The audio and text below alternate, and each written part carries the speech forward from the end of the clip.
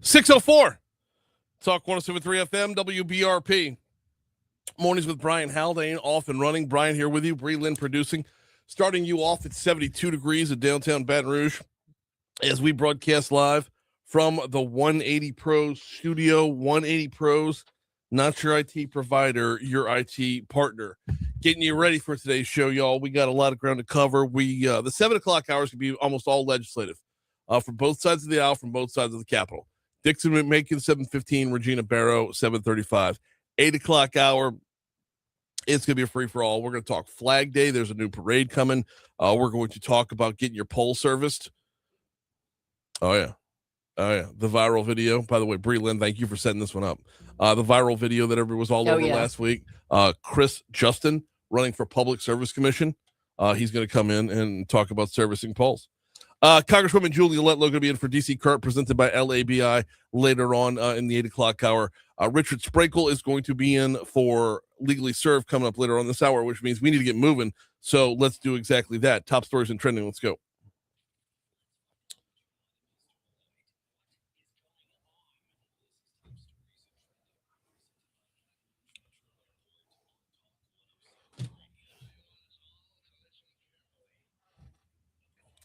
Starts us off with the city of St. George. Currently, they've got one library within their city limits, another one about 400 to 500 feet outside of city limits.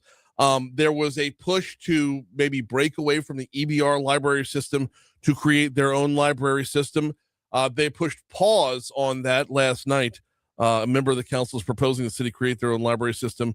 If the EBR millage fails at the end of this month, like I said, there was a pause pushed on that effort last night, I guess, to wait on the vote that's coming up on June 27th. By the way, quick St. George note, Mayor Dustin Yates is going to join us on Friday to talk about whether or not they exist. Yesterday, I need to give backstory on that if you weren't paying attention before. Yesterday, there was a lot of news stories about whether or not the city of St. George even exists because of a lack of an incorporation date or a narrowing down of when their incorporation date was. We'll have Dustin Yates on Friday to talk about it. Okay, here we go. Number 4, yesterday, Lieutenant Governor Billy Nungesser unveiled the 14th marker on the Louisiana Civil Rights Trail. This one in New Orleans, commemorating the historic Canal Street sit-ins and boycotts that helped advance the civil rights movement in the state and across the nation. The marker, located near the former McCrory's Five and Dime store at 1001 Canal, recognizes the student-led lunch counter sit-ins at both McCrory's and the Woolworths. The mayor's office and its Office of Community Development are investing $413,668.20 in federal grant funds to support a robust lineup of summer youth programs put on by 9 different groups that are offering literacy development, leadership training, workforce readiness, mental health support, violence prevention, recreation, mentorship, and family engagement. The ABR Sheriff's Office booked a man into prison for contraband after marijuana was found in his underwear as he was being processed for a separate arrest on Tuesday. Arrest documents say 35-year-old Hassan Spikes was being booked into the parish prison on a bench warrant. While being dressed into parish prison clothing, officials observed Spikes attempting to conceal something while being strip searched. Officials located not 1 but 2 clear bags of marijuana. Spikes was booked for his active warrant as well as possession with intent to distribute and introduction of contraband. I mean, it's one thing to try and sneak in some weed. It's another thing to have the level of intent to distribute down your drawers. Harvest Commons, a new tuition-free public charter school, is set to open in downtown Baton Rouge this August at the site of the former South Boulevard Elementary School campus, which is currently undergoing renovations. Officials say the school will be fully renovated and turned over in 60 days.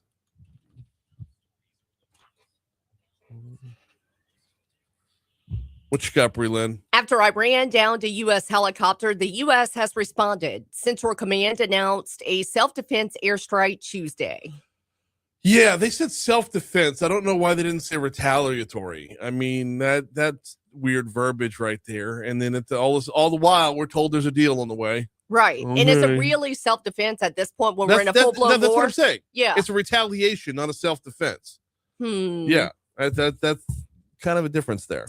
There was no shortage of viral video. I saw this in pics out of Tennessee as a truck on I-75 caught fire. The truck was loaded with fireworks, and as you would expect, the incident put on quite the show. I mean, if you're hauling a bunch of fireworks in your truck, do it at night. That way we can fully see it. I mean, it looked great in the daytime, but could you imagine if that happened at night? It would have been glorious. That would have been beautiful. I saw all the video all over my TikTok, and it was just a semi, I think. But regardless, it was. Was it? I think it was. All right, I thought it was a little bit smaller than that. I don't know, but I know it went on for a good 3-4 minutes. The video I saw, but apparently it went on way longer. Went on longer than that. Yeah. I would have just pulled over like that man was doing. He pulled over, just got video of it. Yep. We have yet another shark alligator rule story. This time it's a shark attack in Florida. Actually, 2 attacks in 3 days. One near Pensacola, the other near Panama City Beach. 2 were injured. One is in critical condition. Yeah, the one in Panama City Beach was there was an employee at the Naval Support Activities in Panama City was swimming when a nearby shark attacked. We do know that one of the sharks was a bull shark. I don't know what type of shark the other one was.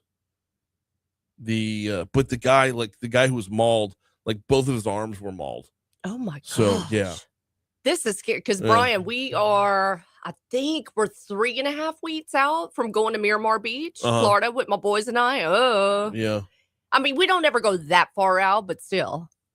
I mean, you don't have to be that far out. No, they come right up now. Waist deep water will get it for you. Ooh. I mean, that's Oh my goodness. We are at 6:11 at Talk 107.3 FM. Who's up first for me? Richard Sprinkle. No, I tell you what, we're at 6:11 at Talk 107.3 FM. We are due up for a quick break. On the back end of the break, we got a little bit of sports to talk. A couple things going on. I know the LSU season is over as far as baseball and softball are concerned, or the whole calendar year is now in the books, and we can start looking forward towards the fall and football. So as we take this break on the way back in, a couple of different sports items we'll take note of. That's coming up next on Talk 107.3.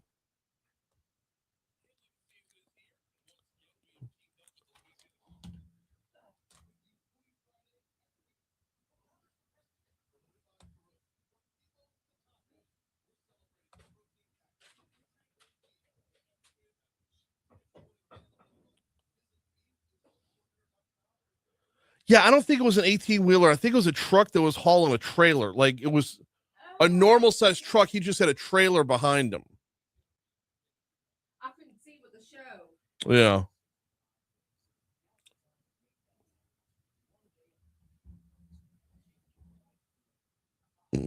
Excuse me.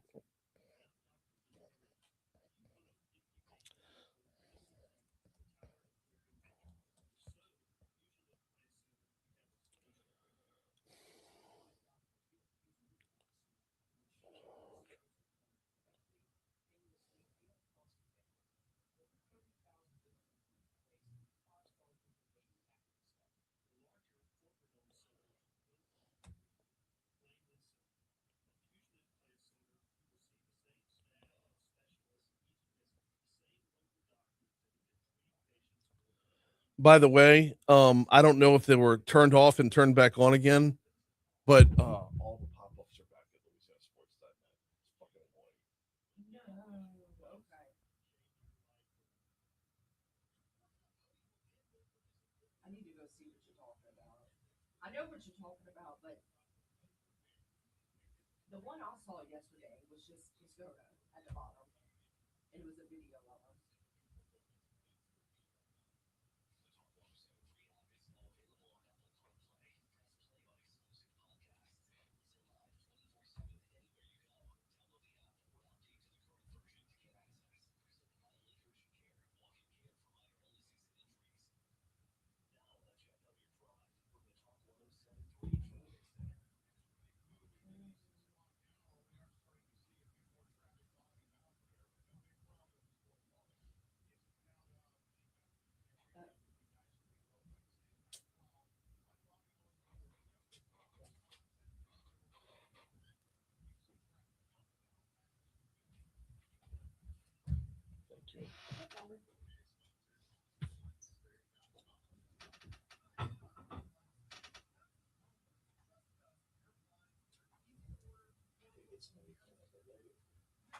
Oh.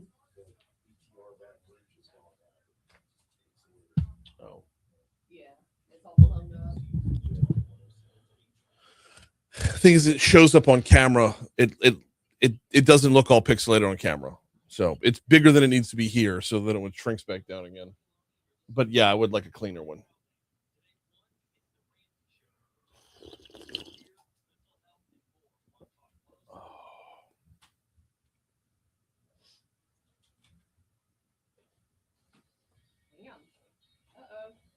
What? My mouse got stuck and then the screen went black. Oh. What was I looking up? Industry makes.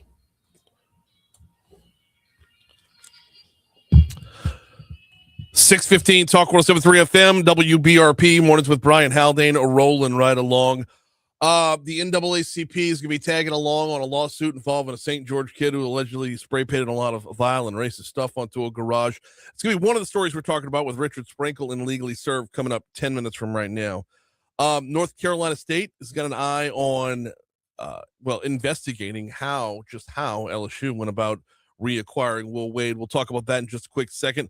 Before that, we want to remind you about the folks over at Industry Makes. IndustryMakes.org is the website. IndustryMakes.org. Who is Industry Makes? Well, they're a collective of folks in manufacturing, in the chemical business, involved with the plants up and down the river.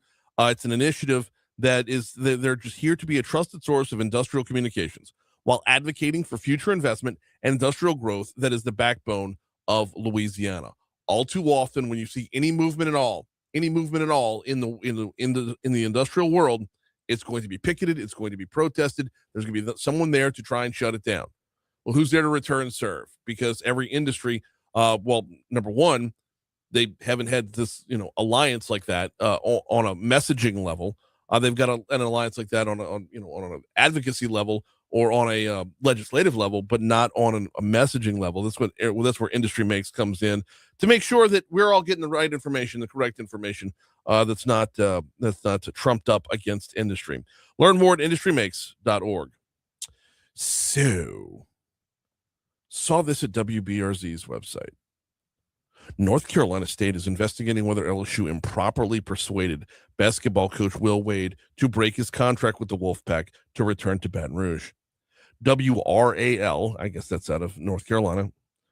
The station reported that NC State is refusing to release LSU from potential legal action tied to Wade's departure as the school looks into whether LSU violated a North Carolina law allowing for damages and recovery of attorney's fees. NC State says it has reason to believe LSU may have worked to help Wade avoid a larger buyout fee. Letters between the two schools have shown the investigation going on and what it is they're looking for. Quote, the timing and circumstances of Coach Wade's departure from Raleigh and his resignation, along with the LSU term sheet and the eventual buyout payment of $4 million to NC State, raised questions about LSU's potential liability in this matter. That is according to NC State's general counsel, Allison B. Newhart, who wrote to LSU's general counsel, Carlton Jones. So this saga isn't over with yet, and we just get to stir up the pot one more time so that LSU can once again play the villain, which I think we're all pretty good with at this point, right? I know I am. It's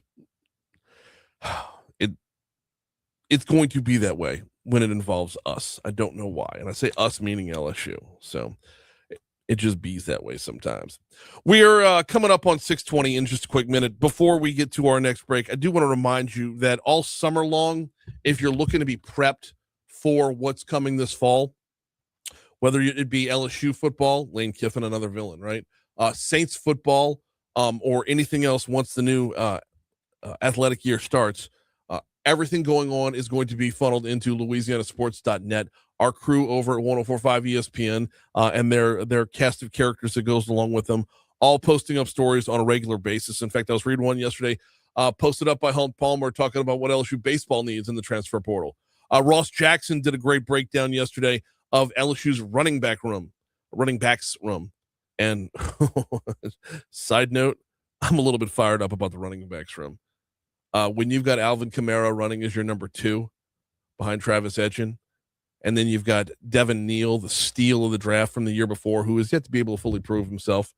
And then Austin Estime, who everybody is still like, who? Oh, it's going to be an impressive spot for the Saints. But you can follow all the latest at LouisianaSports.net. Come on over, man.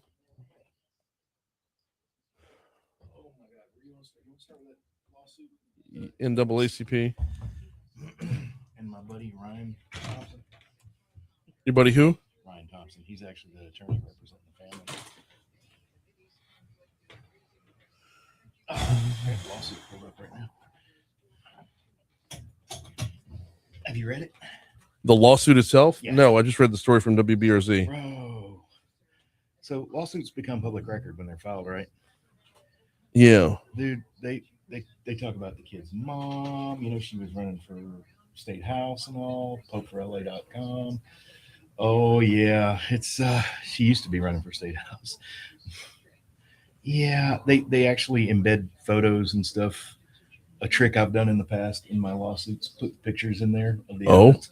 Oh, yeah, because then it becomes a lot easier to get yourself a summary judgment and just wrap the thing up.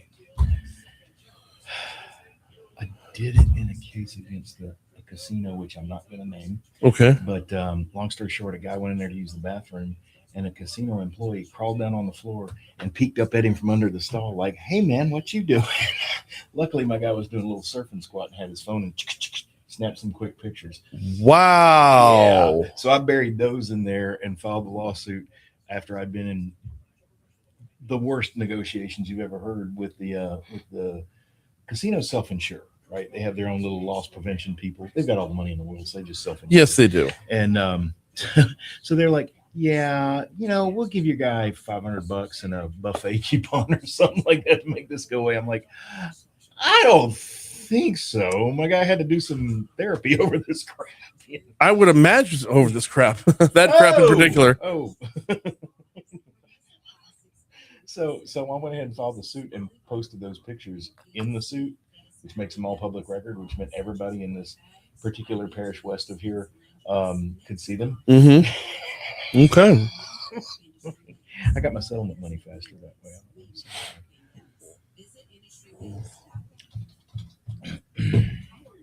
Thing is, it's still public record, even though I dismissed it. So anybody can find it.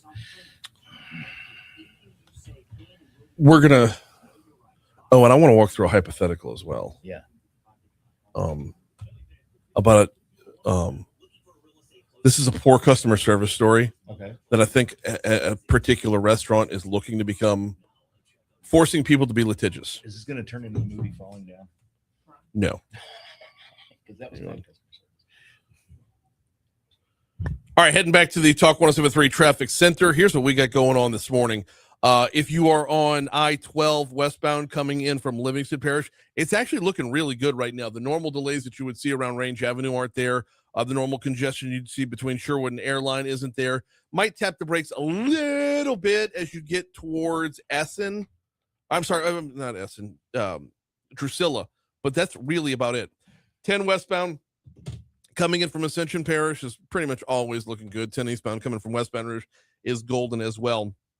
Surface streets, you do want to be on the lookout for this. There is an accident it's been moved off the roadway, but it is still out there. Airline at Darradell, or Airline at Corsi, I guess would be the bigger street name to notice.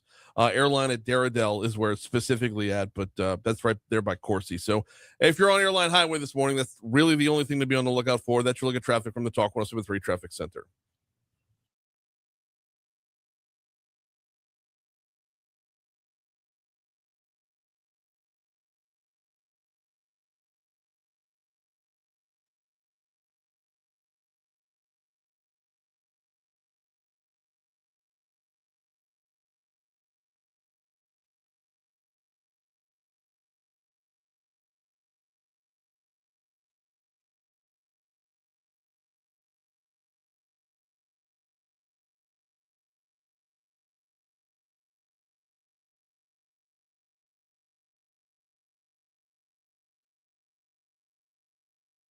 .24 Talk 107.3 FM WBRP mornings with Brian Haldane, rolling right along. You know what we do at this time every Wednesday?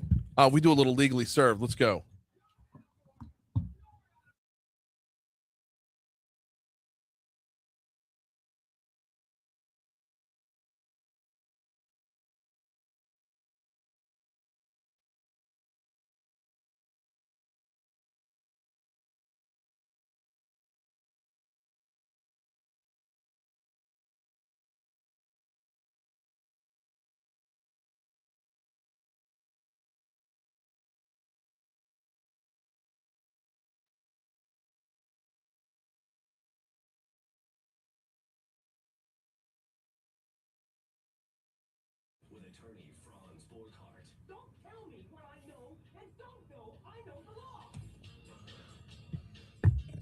Pinch hitting for Franz Borghardt is Richard Sprinkle, bringing him in right now. How are you, man? Hey, doing great, Brian. How are you today? Doing very well as well. Appreciate you stepping in this morning. And sorry to throw 14 different stories at you for today.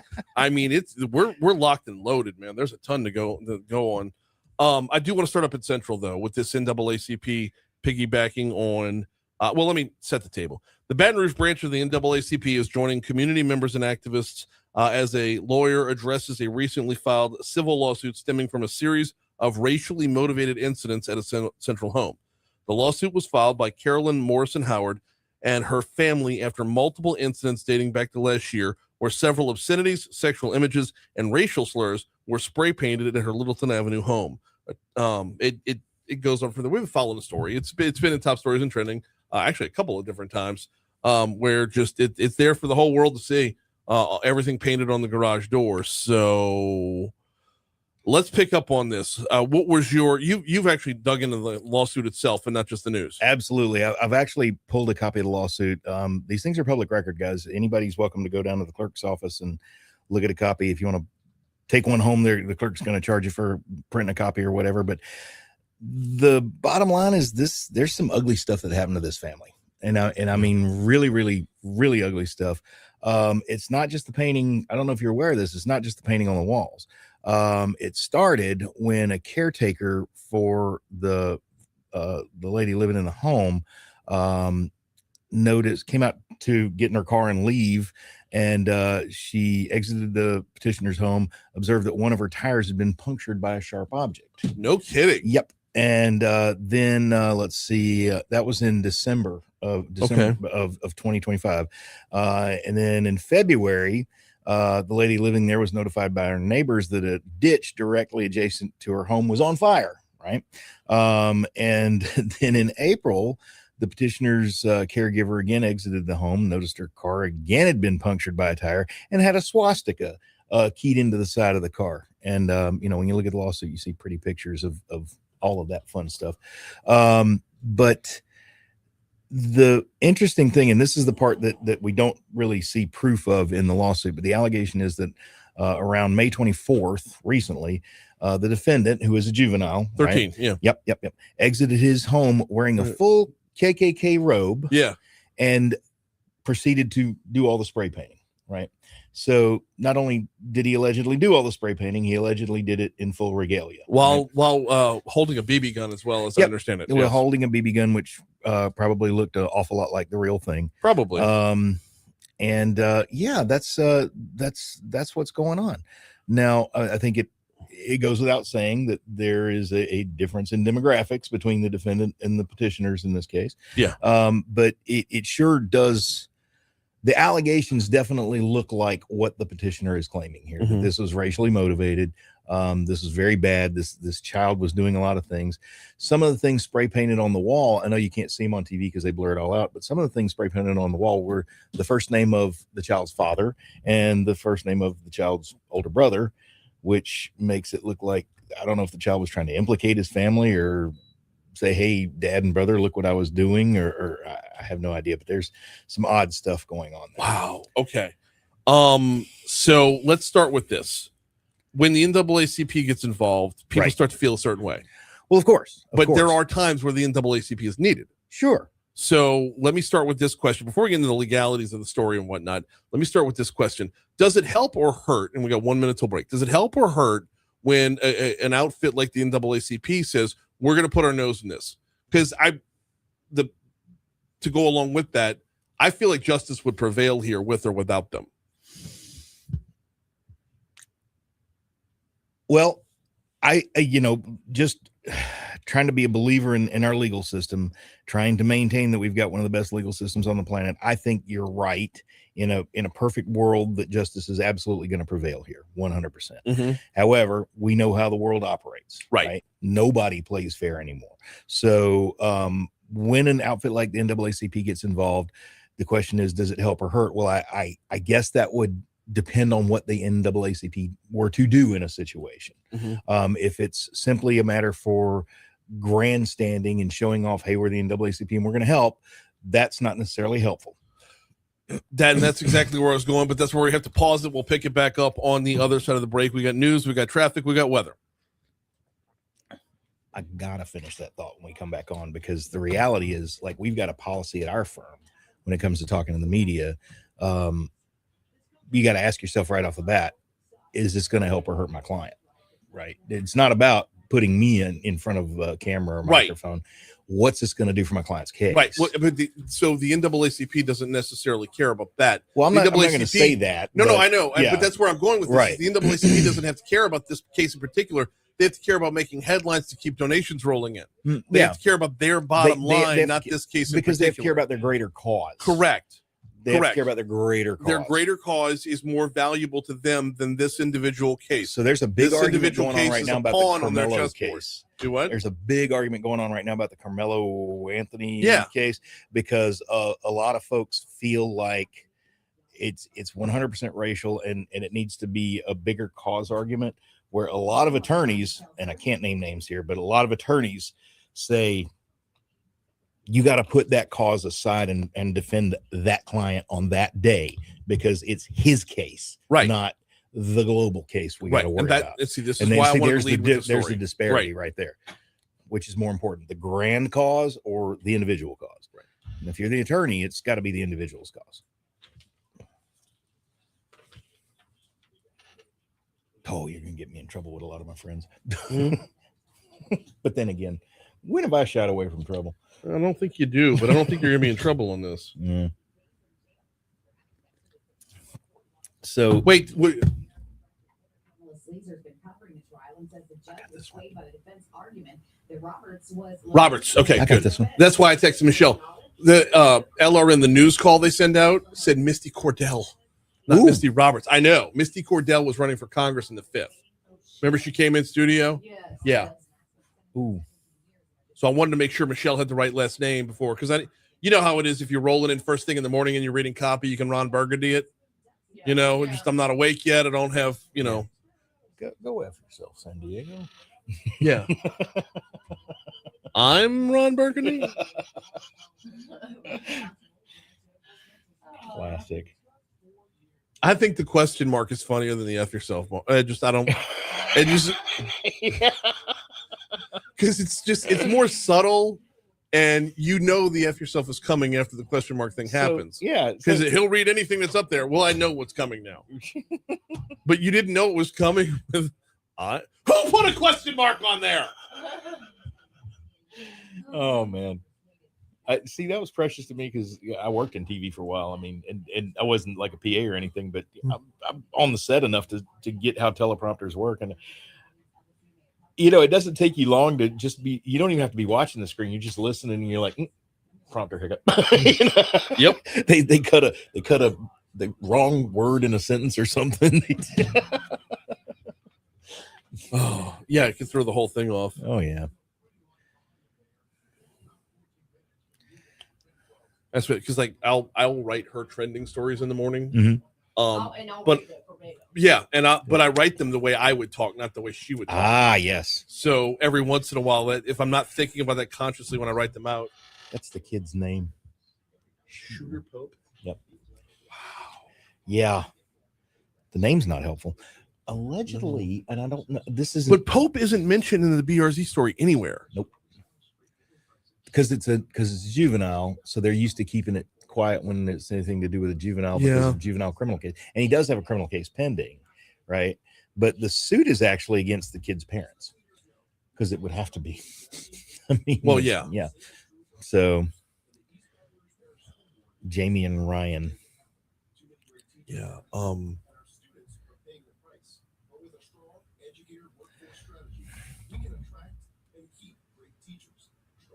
Kill the mics.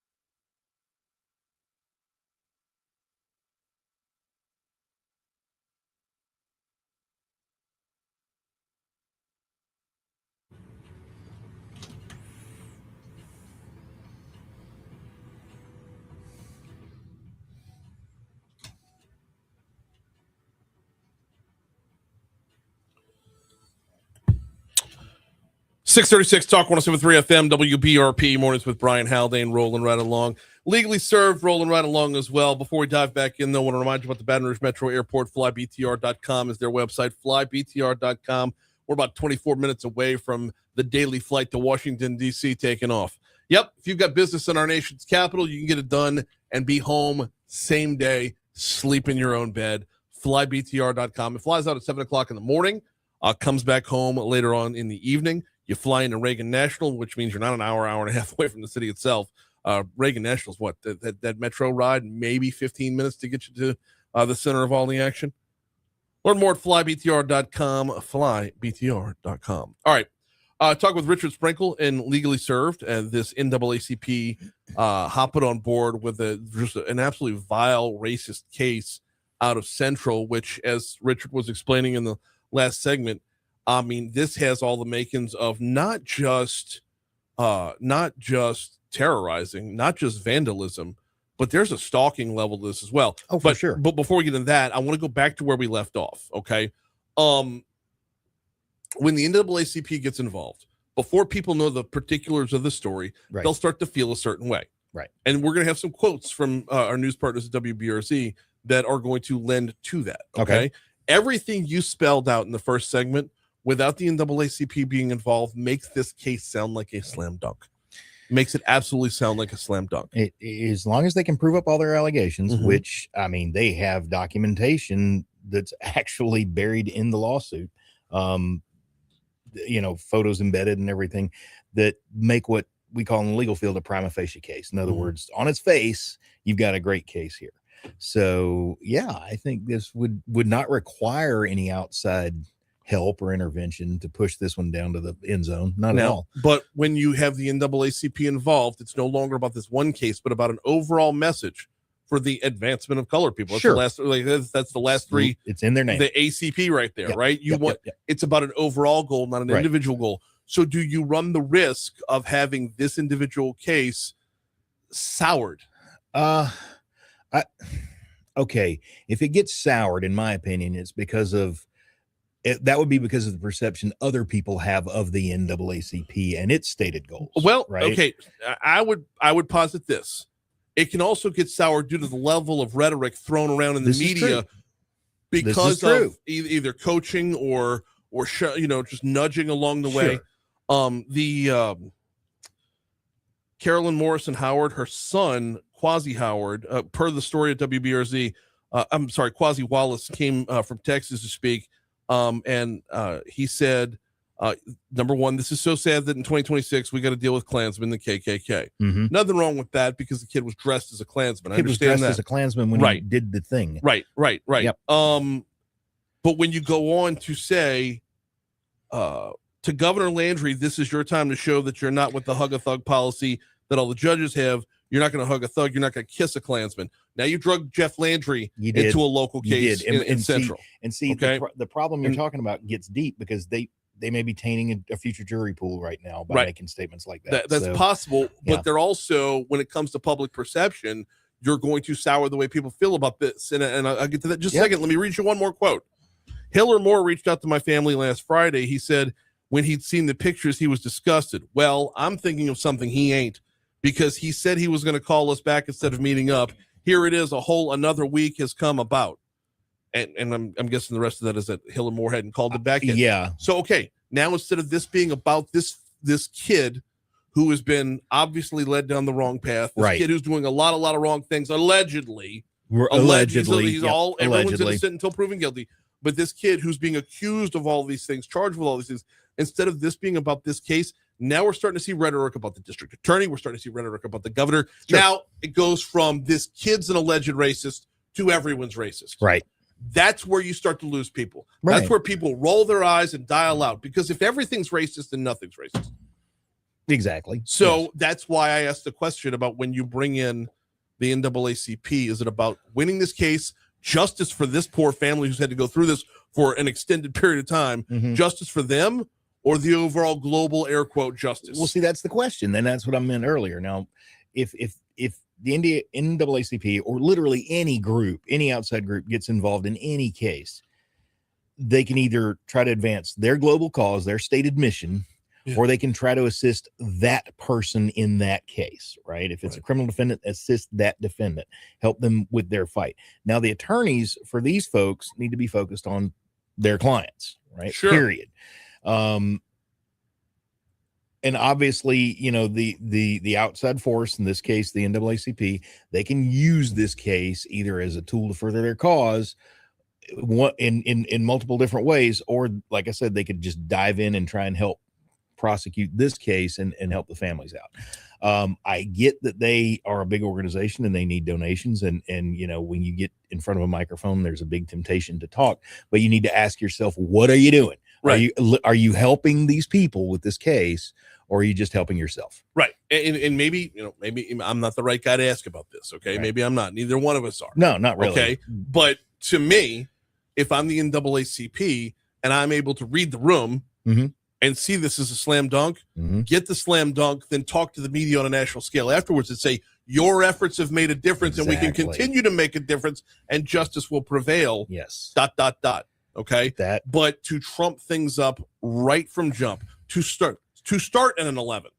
Well, let's think about the world we live in, right? If this was the world when I was a kid growing up and there were 3 channels and you had to walk across the room to change it, and if you wanted to hear the news, you literally waited till tomorrow morning to read the paper, maybe the NAACP would wait until after the case is over. But now we're beyond a 24-hour news cycle. We're in like a 24-minute news cycle now. So everybody has to strike while the iron's hot. I understand that. I worked in media for a little while, and I don't know, maybe that's a driving force in people's decisions now. I mean, would we be talking about this case 2 months from now? No, not 2 months from now. But I mean, we're, you know, it on a local level, because it is a local news story. Sure. It will be covered and we will move on once it's done. Right. But what I'm wondering is how many people who would otherwise be on board with prosecuting this kid are going to just say, well, here we go again. And that's what I said. This is a civil case. So there's a potential it could have a jury. Right. And so if we mess up that jury pool now with news stories, we may help or hurt the cause later on down the road for the individual people. Right. I don't want to see Miss Morrison's case get screwed up because somebody talked out of turn today. You know, that's definitely doing the wrong thing for the client. 100%. Walk me through this. Just give me your gut as an attorney, because we got 2 minutes till break. Sure. And I will set the next topic up before we go into break. Is this a slam dunk?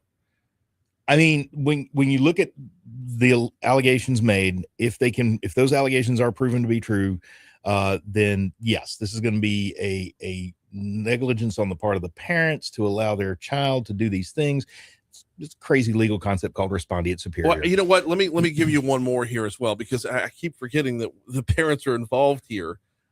How difficult is it to pin a kid's crime on the parent, a kid's alleged crime on the parents? Not difficult at all in a case like this. In a case like this, where there's multiple acts, where there's, you know, if you got a 14-year-old wearing a KKK costume, whatever you call them, you're a parent, you know that exists in the house, I would assume. I don't think there was anything in my room my parents didn't know was there. You know, I mean, it is their house. Let's be honest, they probably knew and didn't want to talk about it. Maybe. Richard Sprinkles in for Legally Served. We got a break here in just a quick second. On the way back in, oh my word, the Chrisleys are still a thing? Yeah. And they're back in the news? Back in the news. We'll talk about that in just a little bit. Before we take that break, though, I want to remind you about the folks over at ExxonMobil. 115 years, actually more than 115 years in our backyard. 115 years of being an employer of Baton Rougeans and Louisianans. They've been a part of who we are for, you know, like I said, well over a century at the cross section of energy and opportunity. Generations of families have built careers here, supported by a culture that was rooted via ExxonMobil, a culture rooted in safety, innovation, and long-term commitment. Working in partnership with local leaders and stakeholders, landowners, and first responders, ExxonMobil has set the standard for prioritizing safety, for investing in the future, and committing to the communities in which they operate. Now, that will continue on into the future as they look forward towards where things are headed, not just here, but globally, investing in technology such as carbon capture and storage to help reduce emissions, strengthen industry, and bring new economic opportunities new economic opportunities to our backyard, that's where they're at. Now, if you want to learn how they're going to go about it, visit aboutlaccs.com, aboutlaccs.com. Quick break. We'll check traffic. We'll check your money now, and then we're right back at it with Richard Sprinkle. Oh, God, come on. Don't do this. Do what? The AP now. You can't just go to their website. It's an app. Yeah. And it takes forever to load anything, and it's gone. Oh, my God. I hate these guys. I had that story popped right up. Was it the same crotchety? Yeah. Saying you need to mention, he is running for DA. Which one? Hiller. Hiller? Yeah. Of course he's running for the DA. He's sitting DAs and wants to run again. He's like, well, you should tell him. No, you're going to mention that? Okay, maybe not. It's just something grumpy. He's the sitting district attorney. This isn't about his campaign. No, and obviously he's going to run again.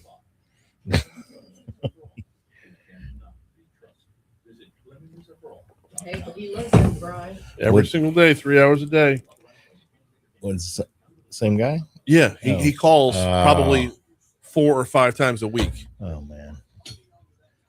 Probably one of my old clients. Always hangry. Yeah, I always he's either calling to complain about the topic itself or call me fat. Or call one of the two of us stupid. We need to take that guy to Vegas, and I'm just going to leave it there. Just outside of Vegas. Yeah. What? Oh, he told JP you shouldn't be allowed to procreate. He said you're so stupid you shouldn't be allowed to procreate. My God. It's starting to sound a little like the drill instructor in Full Metal Jacket. Yeah, but I mean, he's a keyboard warrior on the phone. It's Yeah, like, who are you, boss? Of course. I tell you what, you know where our address is. Come on down. Come on down. I would love to about it. chat. Yeah. I would love to chat. Tell you what, let's put I you on a haven't camera. chatted and in a mic. while. Let's put you on a camera and a mic and see how you look at Right. that. So let's hash this out. So. Yeah. You want a public forum? Alan, I'll give you shut up. one. Alan said he just called to say I love you. No. To say I love you. So yeah, I mean, like I think obviously the NAACP's done a lot of good over the years. They have, but at the same time, any political activist group that gets involved in somebody's legal case can muddy the waters just as easily as they can help out. I mean, maybe easier, more easily. Yeah, maybe more easily. There we go.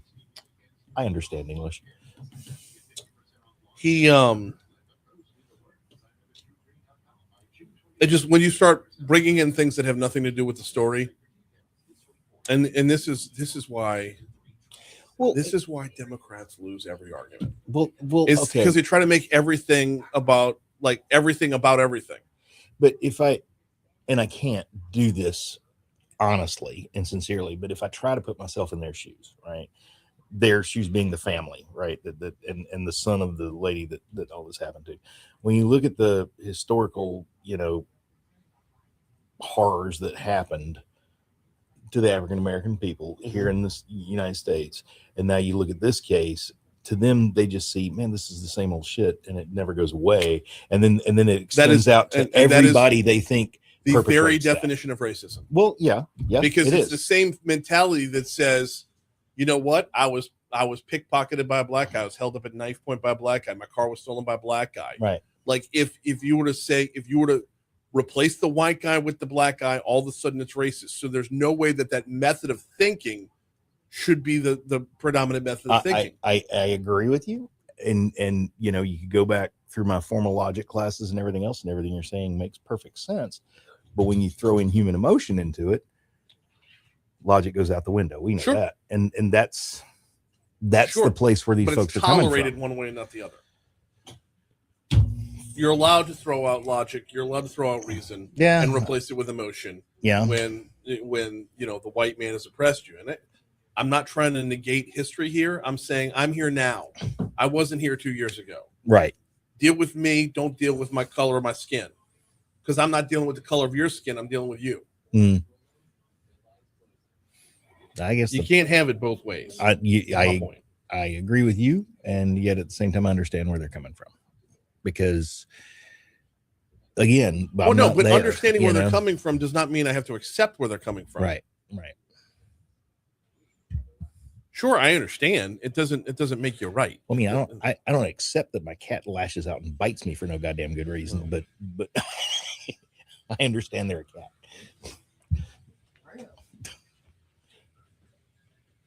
652 Talk 107.3 FM WBRP mornings with Brian Haldane rolling right along. Legally served attorney Richard Spranklin from the Longman Jackie Back firm, where they loaned him out to us today as he pinch hits for Franz Borghardt. We're gonna pivot, and talk about the Chrisleys. Reality stars Todd and Julie Chrisley are suing former defense attorneys for $25 million, blaming them for losing a criminal case in which they were found guilty of defrauding banks out of millions of dollars. Walk me through how any of this is real. Okay, so interesting case, and on its surface, it just seems like,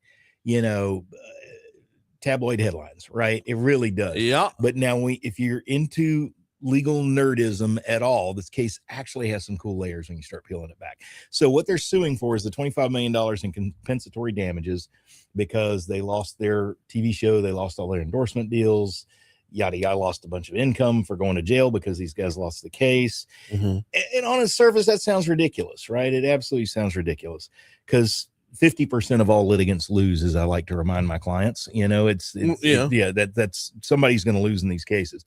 But they're looking for damages in excess of 25 million, as well as their compensation for their legal costs and attorney's fees from the original, defense. But they're raising allegations that their attorney that worked for this big firm had no business being their attorney. He didn't know what he was doing, and the firm let that occur because they wanted a big high profile case that would bring in more money and more business to their firm, which is a legitimate argument. And because this is where the argument loses me. Well, because you saw the attorney's resume, right? You didn't just take him on spec. Right. That was my first argument. It's like, did y'all not vet this guy out who's about to defend you? Right. It's like buying a house near the airport and then complaining about the noise. Exactly. But then when you start reading things like the attorney allegedly during their defense, found time to steer the Chrisleys into a $75,000 investment in the attorney's brother-in-law's startup food truck business, exploiting his position as their attorney to benefit himself and his family while neglecting his duty to defend them. You're like, well, that seems weird. Well, there's another thing too. Okay, so there was a search at Todd's warehouse where they found a bunch of which they claim was an illegal search. They actually got the search suppressed. So it was an illegal search. But here's the deal. Okay, good on the job for getting the attorney getting the evidence suppressed.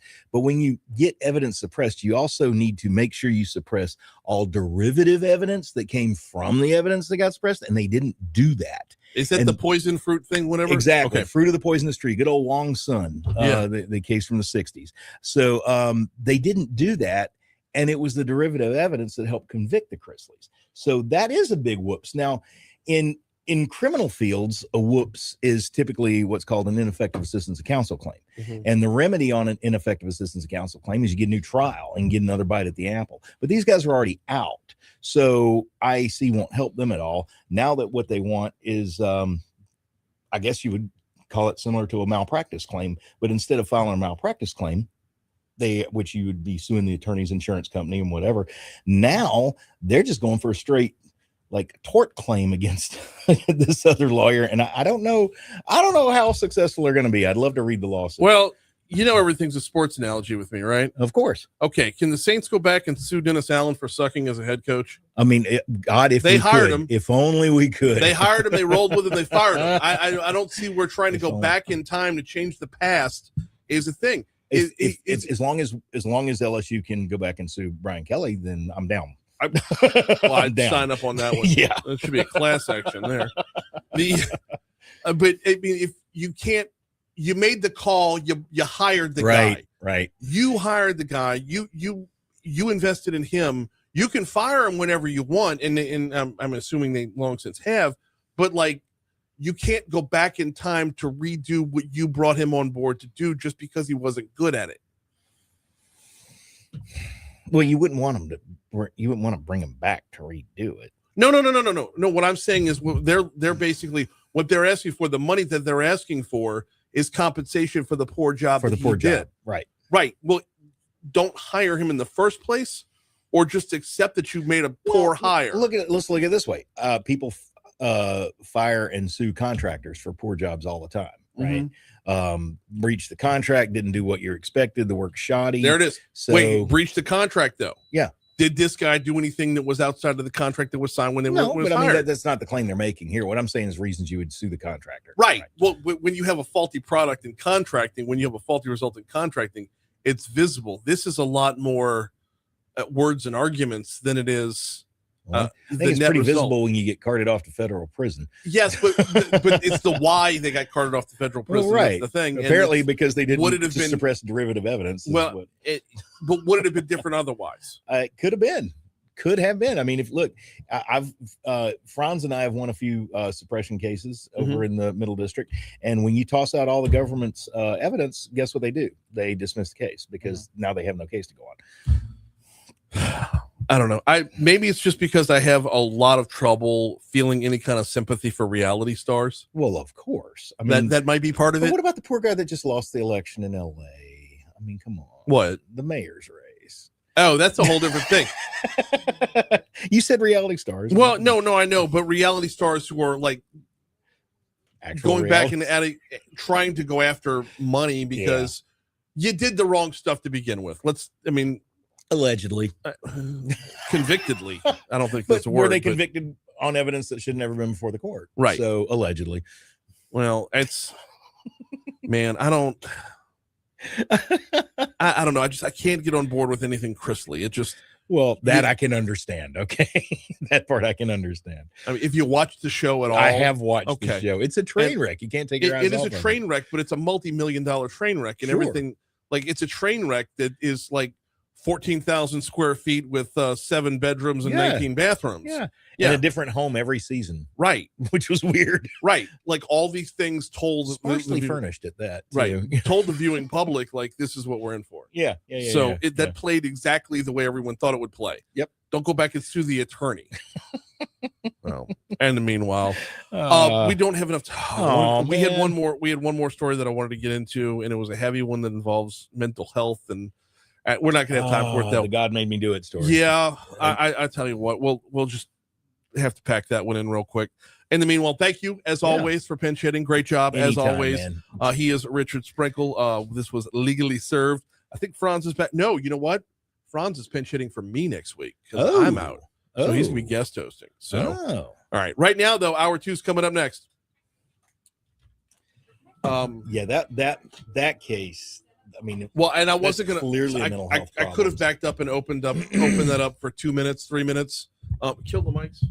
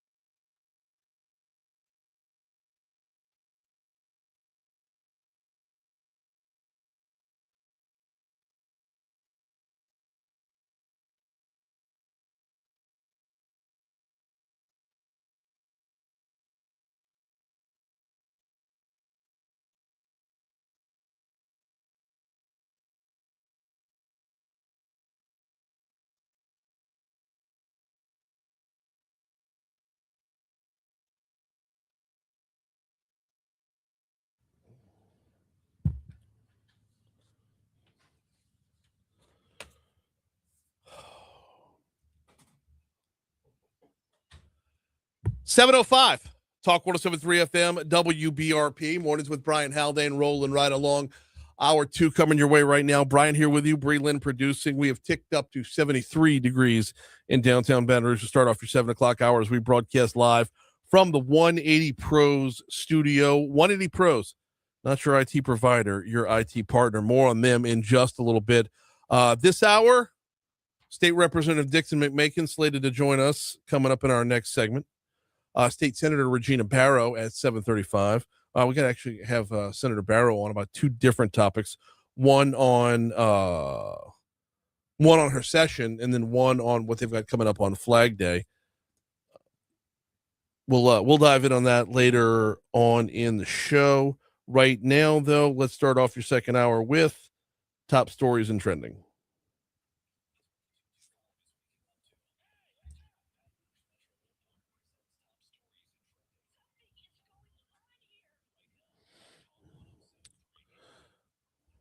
The City of Central is moving forward with a partnership between the Central Police Department and the EBR Sheriff's Office.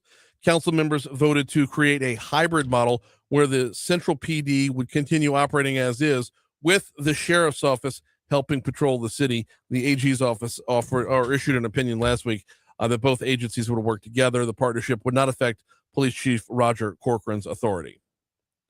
Yesterday, Lieutenant Governor Billy Nungesser unveiled the 14th marker on the Louisiana Civil Rights Trail, this one in New Orleans, commemorating the historic Canal Street sit-ins and boycotts that helped advance the civil rights movement here in the state and across the nation.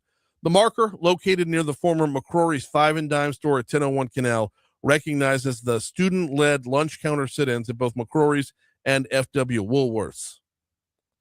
The mayor's office and the Office of Community Development are investing $413,668.20 in federal grant funds to support a robust lineup of summer youth programs that are going to be put on by 9 different groups.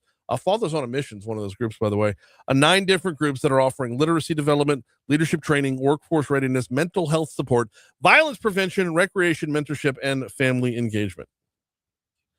The EBR Sheriff's Office booked a man into prison for contraband after marijuana was found in his drawers as he was being processed for a separate arrest. Hassan Spikes, 35 years old, was being booked into the parish prison on a bench warrant. While being dressed in parish prison clothing, officials observed Spikes attempting to conceal something, bringing on the strip search. Officials located... So the story said 2 clear bags, but I was told 3 bags and a joint. But we'll stick with what the story said. Officials located 2 clear bags of marijuana. That's a lot to stuff down the pants. Yes. He was packing. I don't know about the rest of it. Spikes was booked for his active warrant as well as possession with intent to distribute. The volume for possession with intent to distribute, that's a lot. Mm-hmm. And in the introduction of contraband. Harvest Commons, a new tuition-free public charter school, is set to open in downtown Baton Rouge this August at the former South Boulevard Elementary School campus, which is currently undergoing renovations. Officials say the school will be fully renovated and turned over in 60 days.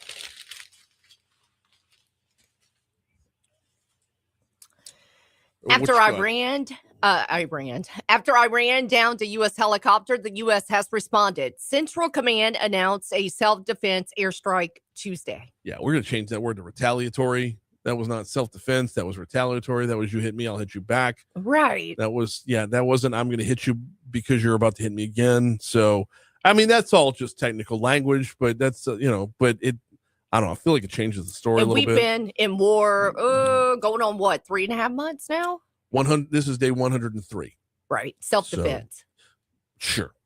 Why not? There was no shortage of viral video and pictures out of Tennessee as a truck on I-75 caught fire. The truck was loaded with fireworks, and as you'd expect, the incident put on quite the show. Oh, yeah. And this was, when you talk about a trailer full of fireworks, boom. This was like a normal size, a little larger than average size truck, but it was hauling a trailer that was like the size of an 18-wheeler trailer. So that's a lot of fireworks to shoot off. That's a lot of, that's the show that was put on. And it could have been better if it was at nighttime.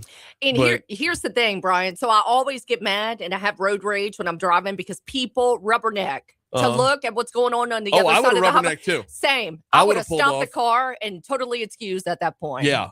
But I mean, you're talking about a big old truck. So if this isn't like one or two things being fired off. I mean, you're talking about a truck full of black cats, Roman Right. candles, screaming memes, lady fingers, buzz you bottles, imagine the sticker screams? bombs, church burners, finger blasters, gut busters, zippity doodads. You're talking about crap flappers. You're talking about whistling bungholes, spleen splitters. You're talking about whisker biscuits. You're talking about honky ladders, Husker do's, Husker don'ts. You're talking about cherry bombs. You're talking about Nipsey daisers with or without the scooter stick. What? You're talking about a single whistling kitty chaser. You're talking about disco turkeys or pyro fams. What whiskey chaser? It's Joe Dirt. Oh, I'm like, damn, Brian. Oh, God. Oh, okay. We have yet another shark alligator roll story. This time This it's one's a a lot. Yeah, yeah, it's a shark attack. I can't even talk, Brian. Let me start all over. Go for it. We have yet another shark alligator roll story. This time it's a shark attack in Florida. Actually, 2 attacks in 3 days. One near Pensacola, the other near Panama City Beach. 2 were injured. One is in critical condition. Yeah, the one by Pensacola was a bull shark. The one by Panama City Beach, we don't know what kind of shark it was, but we do know that it was an employee of the naval base. And both arms just ripped all to pieces. Oh, my God. So, yeah. That is brutal. And is it early June, middle of June that we see these sharks when the waters get warm? And it's just every year we see these stories pop up. Yep. I mean, it's very seasonal, but I mean, it's not just that the waters are warmer, it's that we're there. That's true. And they hungry. Yeah. Well, I mean, even if they're just curious, it's not like they can reach out and touch you with a hand. The only thing they got to touch you with is teeth. So hungry, curious, doesn't matter. The fact that we're in their turf, that's their home field. Right. So 712 Talk 107.3 FM WBRP. Before we take our first break of the hour, and we're going to have Dixon McMakin on with us on the back end. Before we take that break, though, I want to remind you about the folks over at 180 Pros. 180pros.com is the website. Man, been a lot of headlines lately. Been a lot of headlines about IT systems and cybersecurity and getting hacked and whatnot.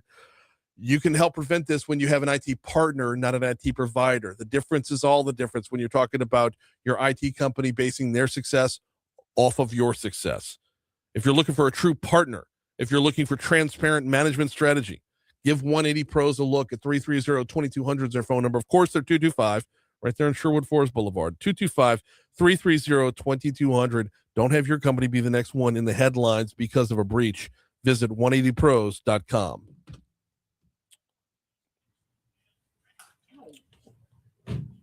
Hello, good morning. What you say, boss? You doing all right? Just appreciate the early morning get in, man. Yeah, always. Thank you. Hey. Hello, Bree. Nice to Coach, meet Coach you. Kyle, what's happening? Oh, nice to meet you. Yeah, I recognize the Joe Dirt reference. That's a funny movie. And I've seen Joe Buff- Dirt. I just with haven't in Buffalo Bill. ages. What do you mean nothing happened? Put lotion on skin. Nothing happened weird with that guy. I don't know why people keep saying that.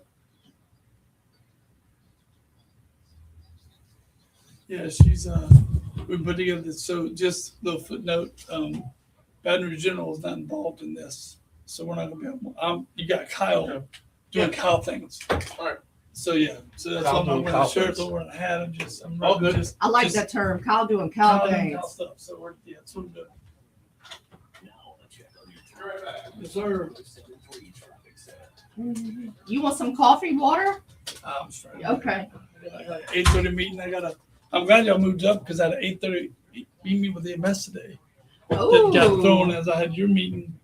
They're like, oh man, 8:30 in EMS headquarters. I'm like, man, if I can gosh. talk fast here and haul ass, and y'all want 7:35, I'm like, oh. I hate when things like get so close and damn near double booked. And you're like, how am I going to figure this out? Well, they called last minute saying they need to give me about some physical fitness and wellness, their employees and some health and safety stuff because I work in the hospital as well on that end, building physical fitness programs. So then they called like Monday, wanting to get together, and I already had this, and I was Oh, like, Lord. You're like, how am I going to do I both? can't do both because I'm the one that kind of barters it. I'm the one that I know both parties. I've got to unite Right. the parties. I know the people. Oh, God. So I'm like, why can I not be there? So I was going to try to talk really fast here, haul ass over there. But it worked out great. You can try. I know, but you're like, I'm going to be late for it.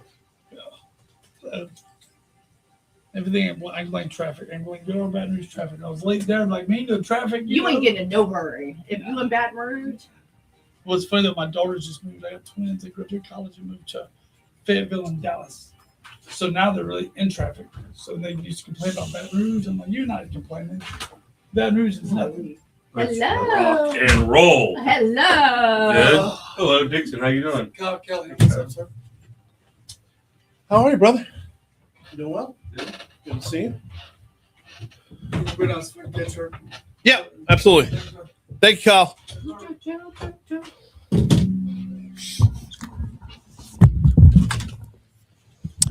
7:15 Talk 107.3 FM WBRP mornings with Brian Haldane rolling right along. We continue to unpack the legislative session. That's going to take a minute because 2,500 different items were considered over the course of 3 months. So, you know, it takes a little while. State Representative Dixon McMakin in with us. How are you, man? Hey, great, Brian. Great to be with you. Glad to have you on this morning. You had a busy session, so I'm going to leave it up to you. Where do you want to start? I think with this, Brian, of course, did a lot of bills, passed a lot of bills. But what was the theme of the session? I've been getting that question a lot from people. Mhm. I would say the theme of this session was let's keep it rolling. That's my theme for this session. Let's keep it rolling. Did we take some stabs at some big items that I wanted to do? Mhm. No, we didn't. I wanted to get rid of the Board of Regents. Didn't do that. I wanted to get rid of the income tax. We didn't do that. But we kept it rolling. You know, under Governor Landry, Speaker DeVilliers, our leadership team, we've taken a lot of things off the table and done a lot. Largest tax break in the history of Louisiana, right? We did that. Mhm. Now we're watching collections coming in and seeing how that's going to roll. We've done some other reforms along the way. And so for the first time, though, everyone thinks, oh, Republicans are in charge. We have this super majority. You remember now, for decades and decades, our state was under Democratic leadership. Oh, yeah. So it's the first time that Republicans have gotten in there, open up the cabinet, see kind of how messy it was, Mhm. and now we're trying to fix it. And I think we're doing that. So I'm hopeful that this year people will keep seeing those changes. And then next session, we're already planning, you know, next year of what we need to get done with our budget and everything involved with that to keep it rolling. So that's my theme, and I think that's what I'll stick with. So I've been saying this one's been a little more surgical. Yeah. And in 2-3 years from now, we're going to look back on this session and realize it was a lot more valuable than we initially thought. There was no, like you said, no major overriding, no giant insurance reform, but we did have workforce development, workforce development follows economic development. Because if you have economic development without workforce development, then what have you even done? Yeah, we did a lot of insurance bills in those first 2 years, the insurance package. Commissioner Tim Temple and his team did a phenomenal job with that as well. Hey, last week, my State Farm agent called me and said my rate's going to be going down. Really? Not a lot, but it's going down. And so I think, too, on that point, you know, I think people need to realize the rate of going down is something that we probably need to quit saying and just say we need to quit the rise going up so fast is what we need to be focused on. So just to have a little bit of a cut is a great thing. So the workforce development initiatives that we put forth with Susan Bourgeois and Susie Shallon, our two secretaries of workforce and of LED. Look, $100 billion coming into our state. Some of these entities, these locals, haven't seen that tax revenue come in yet on those as well. So there's a lot of good things happening. I'll say this as well. Look, it's unfortunate that over the last 2 years, all of our constitutional amendments have failed. The previous 2 years, they all passed. So the last 4 years, we've gone 5 and 9. So we got to get back to that as well, teaching the people why we're trying to do this. Look, my Constitutional Convention bill, HB4, made it all the way to the Senate committee. Oh, we're going to get there. Furthest it's gotten in recent history. So we got closer, but still a lot of work to do. You want to go there now with the Constitutional Convention? Because this is something that you better not let up on. It's this, are you bringing it back next year? Yeah. Okay. Because this is one where you talk about if we're 5 and 9 over the last 2 years, and I believe we're going to have 4 years. Sorry. For 5 and 9 over the last 4 years. And we've got 9 more coming up in the fall. At least. So how many times can we amend the Constitution before we realize we have to rewrite it? Are we seeing, like you said, this is the furthest the idea has gotten, but are we seeing a growing sentiment of people saying, yeah, it's time? Yeah, and I think, so look, I have one of those amendments going on the ballot. One of my amendments is to literally delete a sentence that just says, when you pay off debt, you must pay the oldest debt.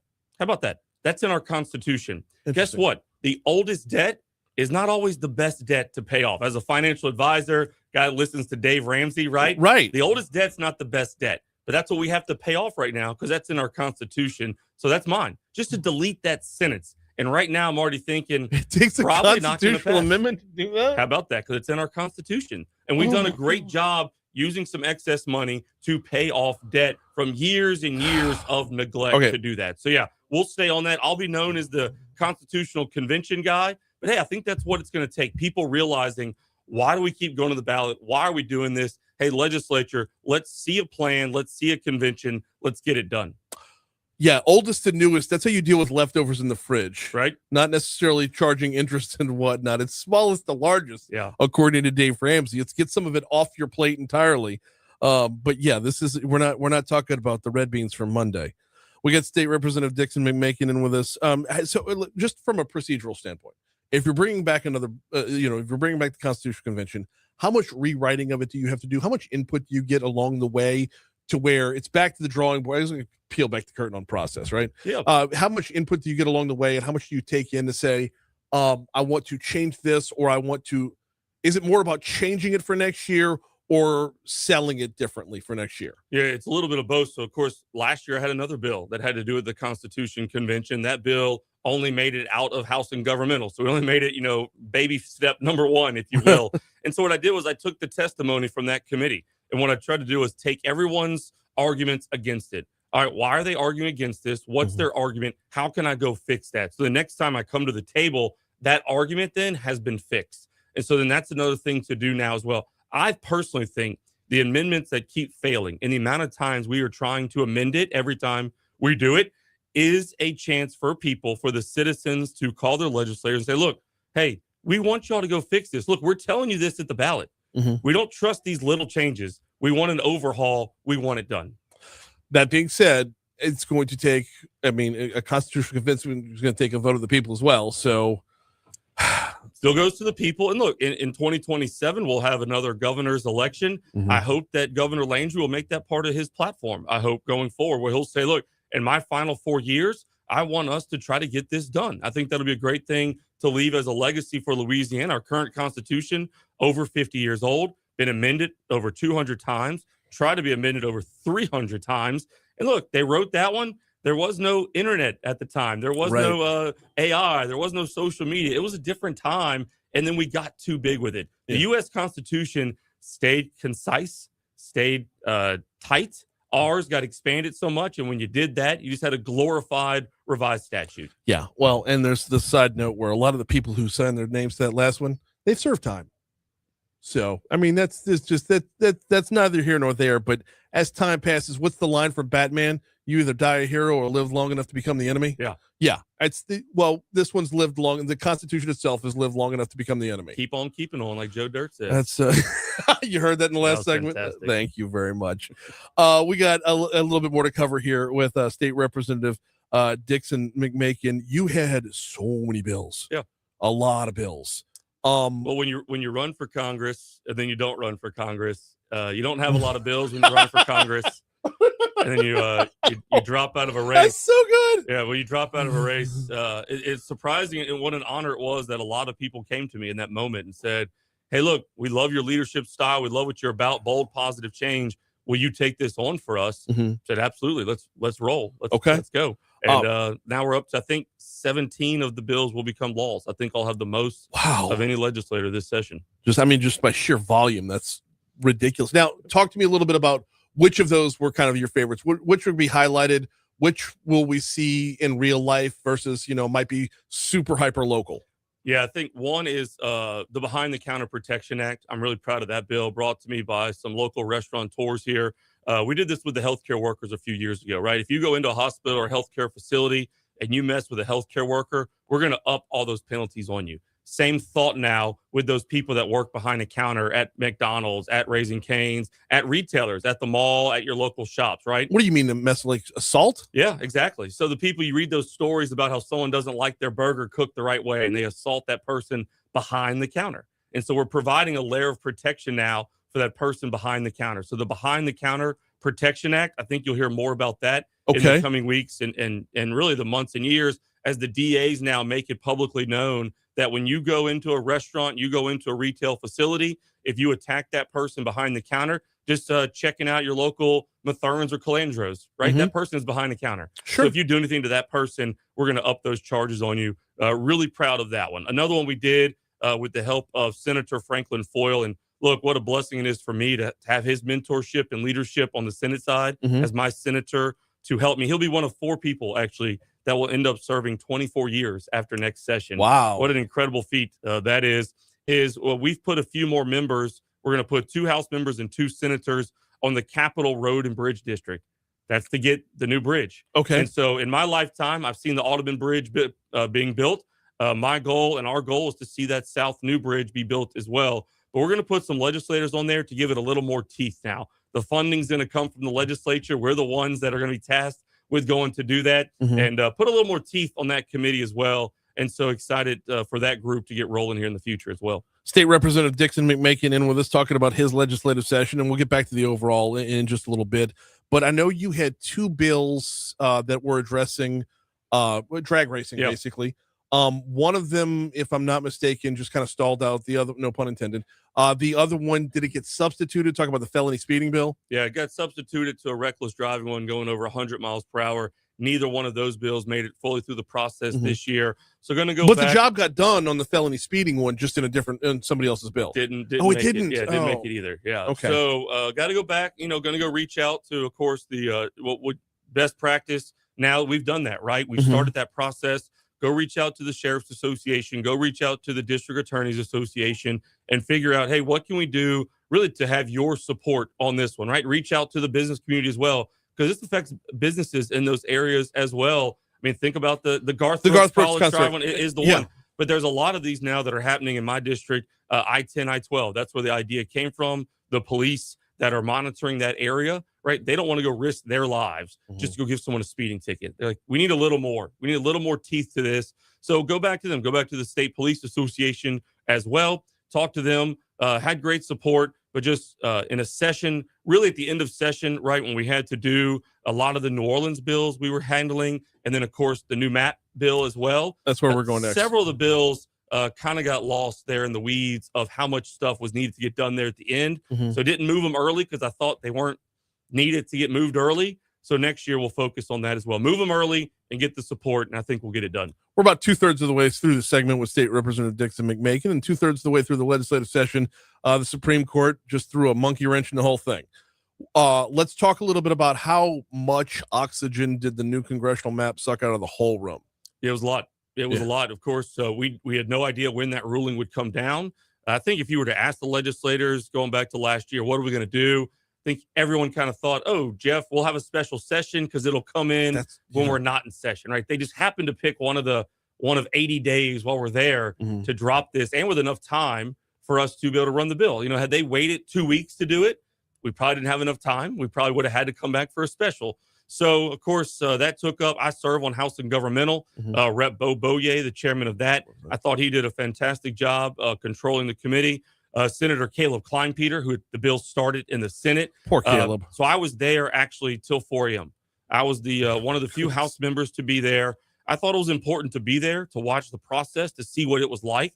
I don't know if I'll ever be involved in that again, but being involved really taught me a lot about leadership style, about maneuvering a map around what you have to do. And of course, we came out with a 5 Republican, 1 Democrat map, and that's what we're going to send off. And the Western District has said we're going to let this election go on. Of course, we know there will be lawsuits, but I think it's a legal map. I think it will withstand the challenge. And then, of course, we'll come back in 2031 and have to draw it again. Right.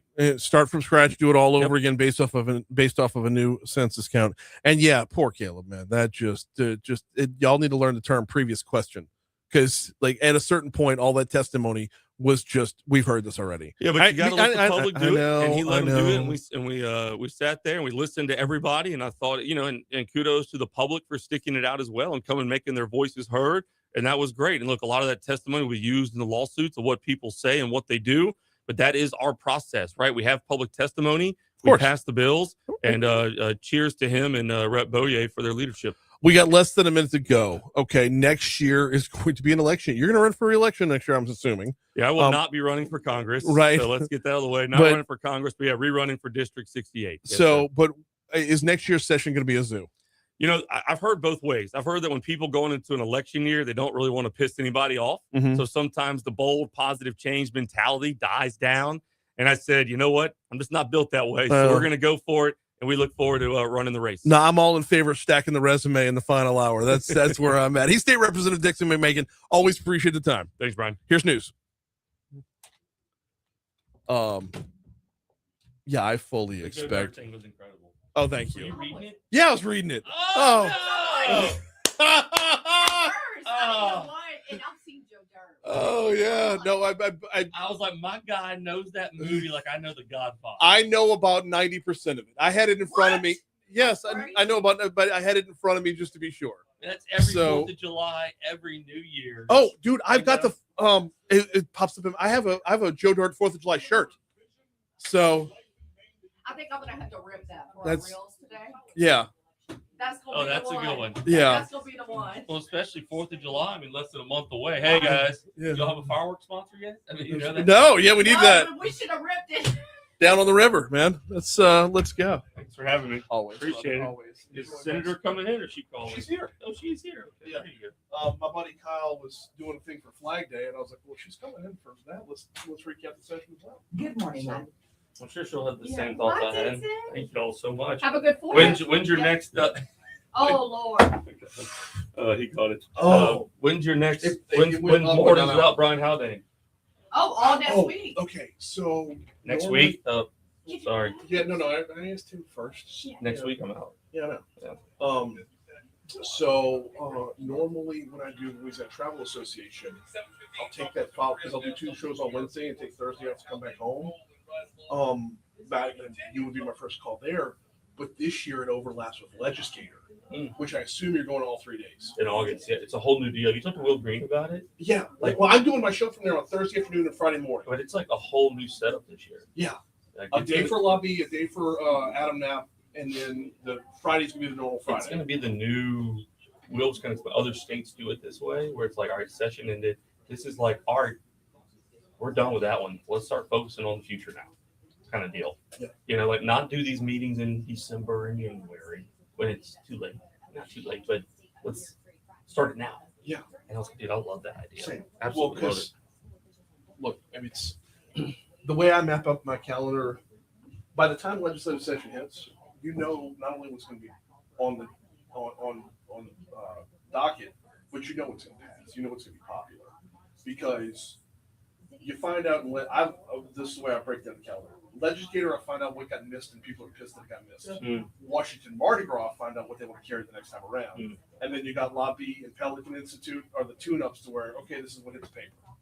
Hit pen to paper. Yeah. So broadening out legislator, I think is going to move that Washington Mardi Gras schedule up to Yep. where, we're pissed about it. What can we do about it? So, Even I would even say, the Pelican one sometimes, even the Lobby one are too late. well, no, they're too late to get something new. Yeah. But that's where I learned. Yeah. Okay, this is where people So, direct. but sometimes they have a great idea that happened. You're like, we didn't really vet this yet. Yeah. So now we can pump all that up. Yep. We can really. Let's see who that. Okay, shout out to Governor too. Simple Dobro. I don't think I said the ability. Dang it. Flying Peter. That's pretty good. I'll try to get my shout outs. Understood. Appreciate that. Hey, I went to Mercy for Mass on Monday, and Zeldin did it. My first Zeldin Mass. What?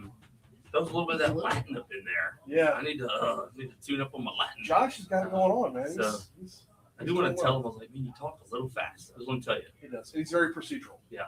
Yeah. It's fine. But I was like, a little fast. You know, we still got out of there in plenty of time. Don't worry about it. But it was a little fast. I'm gonna tell him that. Should have been there on Sunday. Me and Christy read. Did you? The 9 a.m. mass. Yeah, we're on the electric schedule. Nice. So yeah, we were. Letlow got mad at me. He's like, you don't really do anything around here anymore. He goes like, I used to be a commissioner. I used to be on all the boards. And I was like, I think it's a bad look when elected officials do stuff. I'm just throwing that out It there. appears as pandering, and Yeah. So I I get that. don't even do it. I get that. And he's like, okay. I was like, don't worry, I'm still working behind the scenes to kill your thing. Did you get hurt?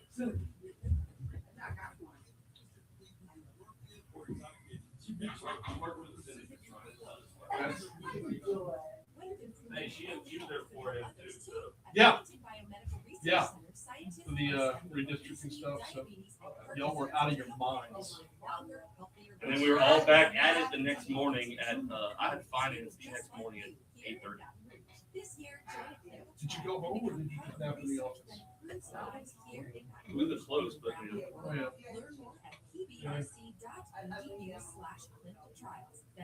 That's smart. I didn't get in the bed either to wake up best. I was like, if I get in the bed, I might get too comfy and not wake up. So I slept with the couch. That's a legit fear. 3 hours. 3 hours nap. That's a full night for me. Bye guys, have a good one. Bye. Thank you. All right, so here's what we're gonna do. You're coming up at 8:05. So you're Senator Barrow. You're Yes. right now. We're gonna unpack your session. Okay. Oh, we were going to talk about this. I wasn't doing it. Do what? This was 8:05. Oh, okay. You thought both of y'all at 8:05? Yeah, no, we were going to. Yeah, we were both doing 8:05. You moved at 7:35 because we were doing the same thing. Wait, say again? I called you to get promotion so we could promote the Flag Day parade. You moved at 7:35. No, I doubled up. Since Senator Barrow's in, I want to talk about your legislative session for a second. Is that okay? Okay. I mean, I didn't realize this was hitting you by surprise. Yeah. I should have known not to have a third party involved in the conversation.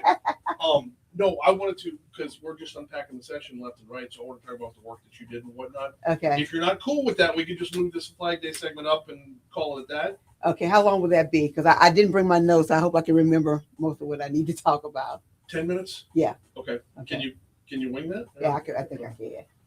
My bad. I thought it was all Flag Day parade stuff. My bad. Nope.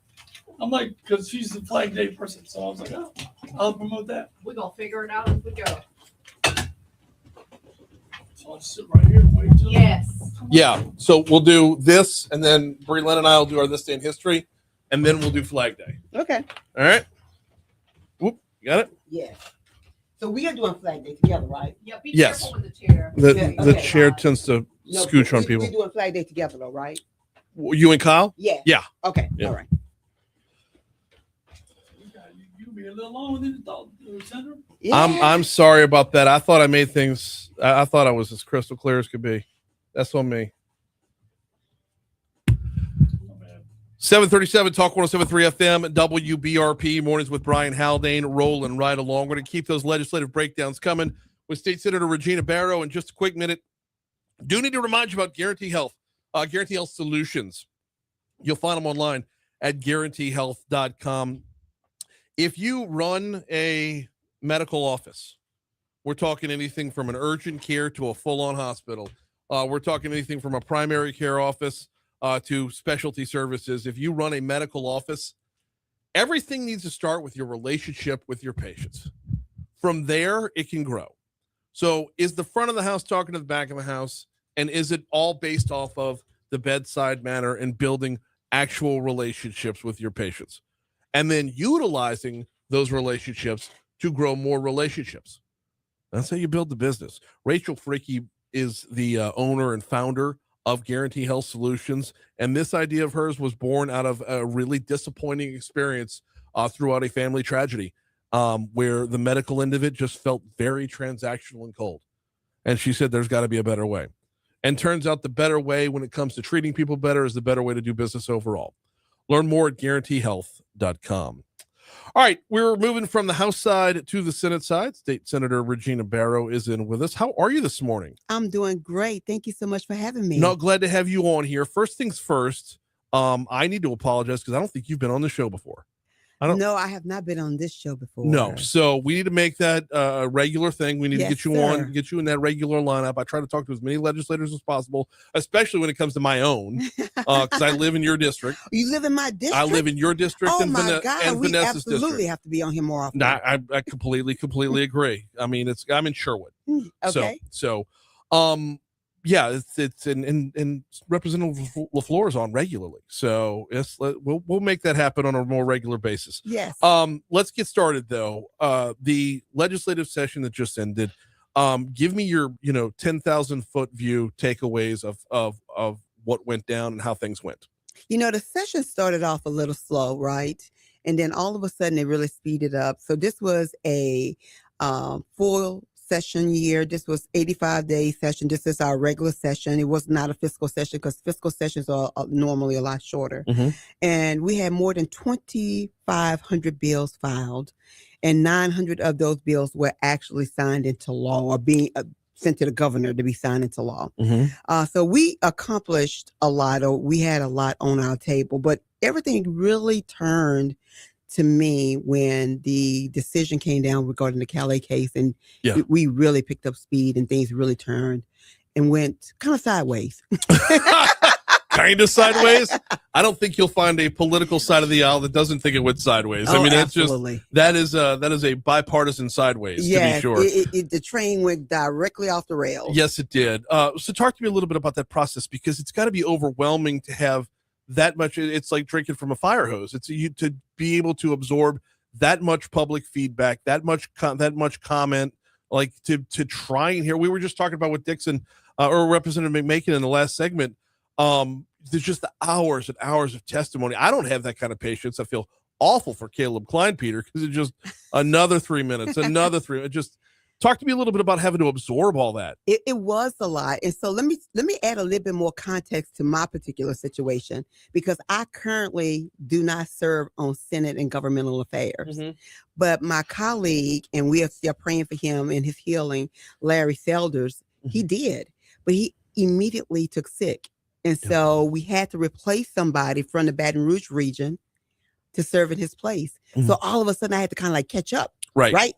Not only did I not serve on the committee, but then all of the overwhelmingness of everything that was coming before us. And so it was a lot to absorb in a very short period of time. And I remember in the Senate, we didn't have much time to even have like a real notice. Our notice was like within 24 hours. And we had over 900 people to show up, put in cards, in support or against. Really, it was really against the bill, and spoke until 4:30 in the morning. Yeah, which is just, to me, is counterproductive. I mean, at a certain point, you just eyes glaze over and people stop listening. It's human nature. Part of the problem with our process is it's based off of humans, and humans are flawed. And but at a certain point, everybody has a tipping point. 4:30 a.m. on the back end of a session. On the back end, right? I mean, we were going. Look, we're heading supposedly into the like final stage, right? But yes, but I'm gonna tell you, many of us really stayed engaged, and I didn't think that I would be able to do it, because normally about 10 o'clock, 11 o'clock, I am out. Right. But I actually stayed up until 4:30 that morning, then had to be back at the Capitol for 9 a.m. So it was tough, but we made it through. We heard the people, and I just want to thank all the folks who actually came out. No, absolutely. It was overwhelming, and nobody's going to get everything they want. Nope. And that's the way it just plays. That's the nature of a representative republic or a democracy. And compromise is going to be had. That being said, though, the good news is we get to do it again in 5 years. I don't know if I hope it's 5 years, but I don't know if it's going to be 5 years. Do you think the court's going to change things up? I do believe that we definitely kind of leaning in that direction, because it still is what would be deemed gerrymandered. Wait, which one's gerrymandered? Which district do you think is the most gerrymandered? Probably 6.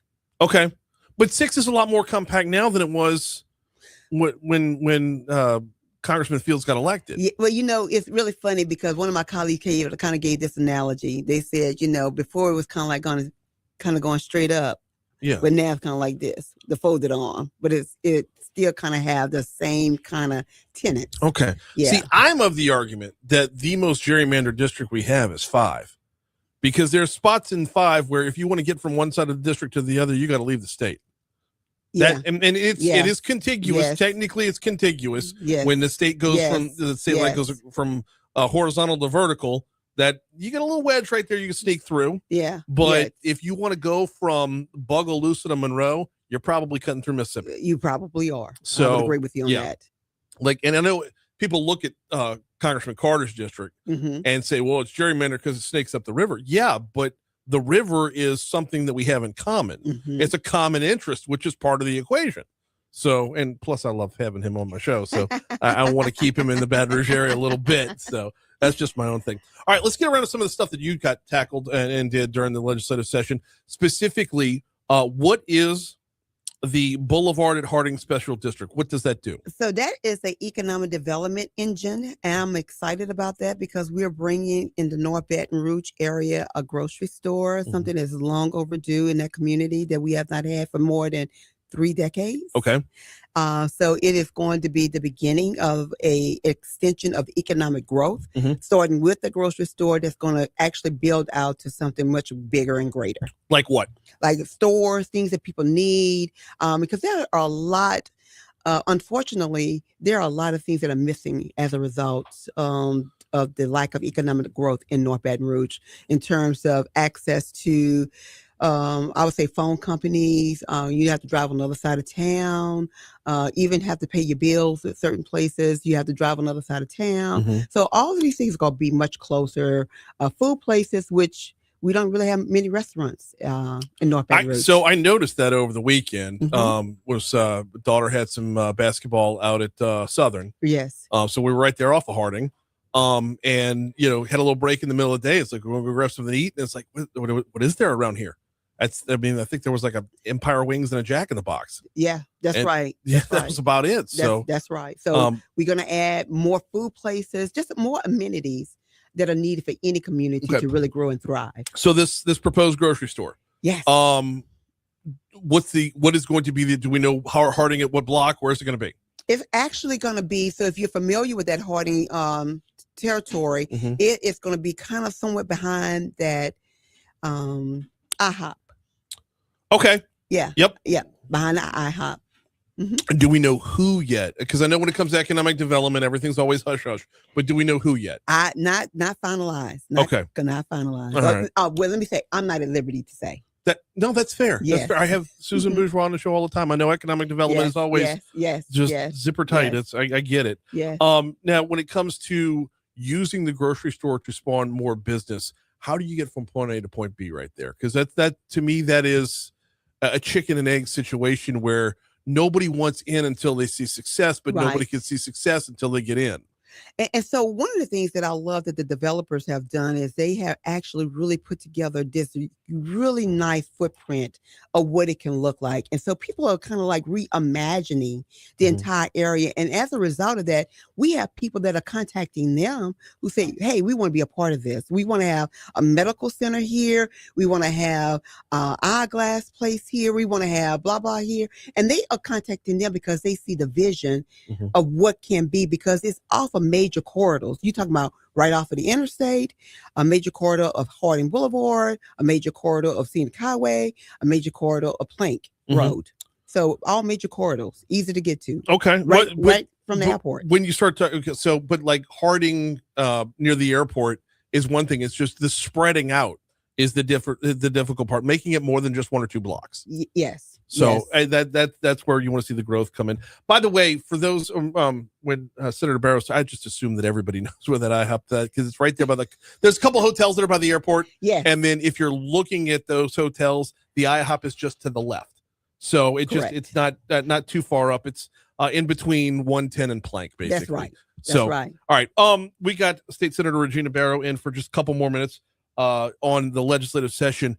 Can I get you to stick around because we're talking Flag Day in a little while? Absolutely. All right. Well, then I want one more for you on the session, talking about some of the bills that you got done, because I know there was something that was already signed by the governor in relation to it authorizes the creation of a civil protective order online application portal. What was that about? So that was regarding domestic violence. So allowing individuals who have been victims of domestic violence to be able to do this online, as opposed to having to go inside the courtroom. To do what online?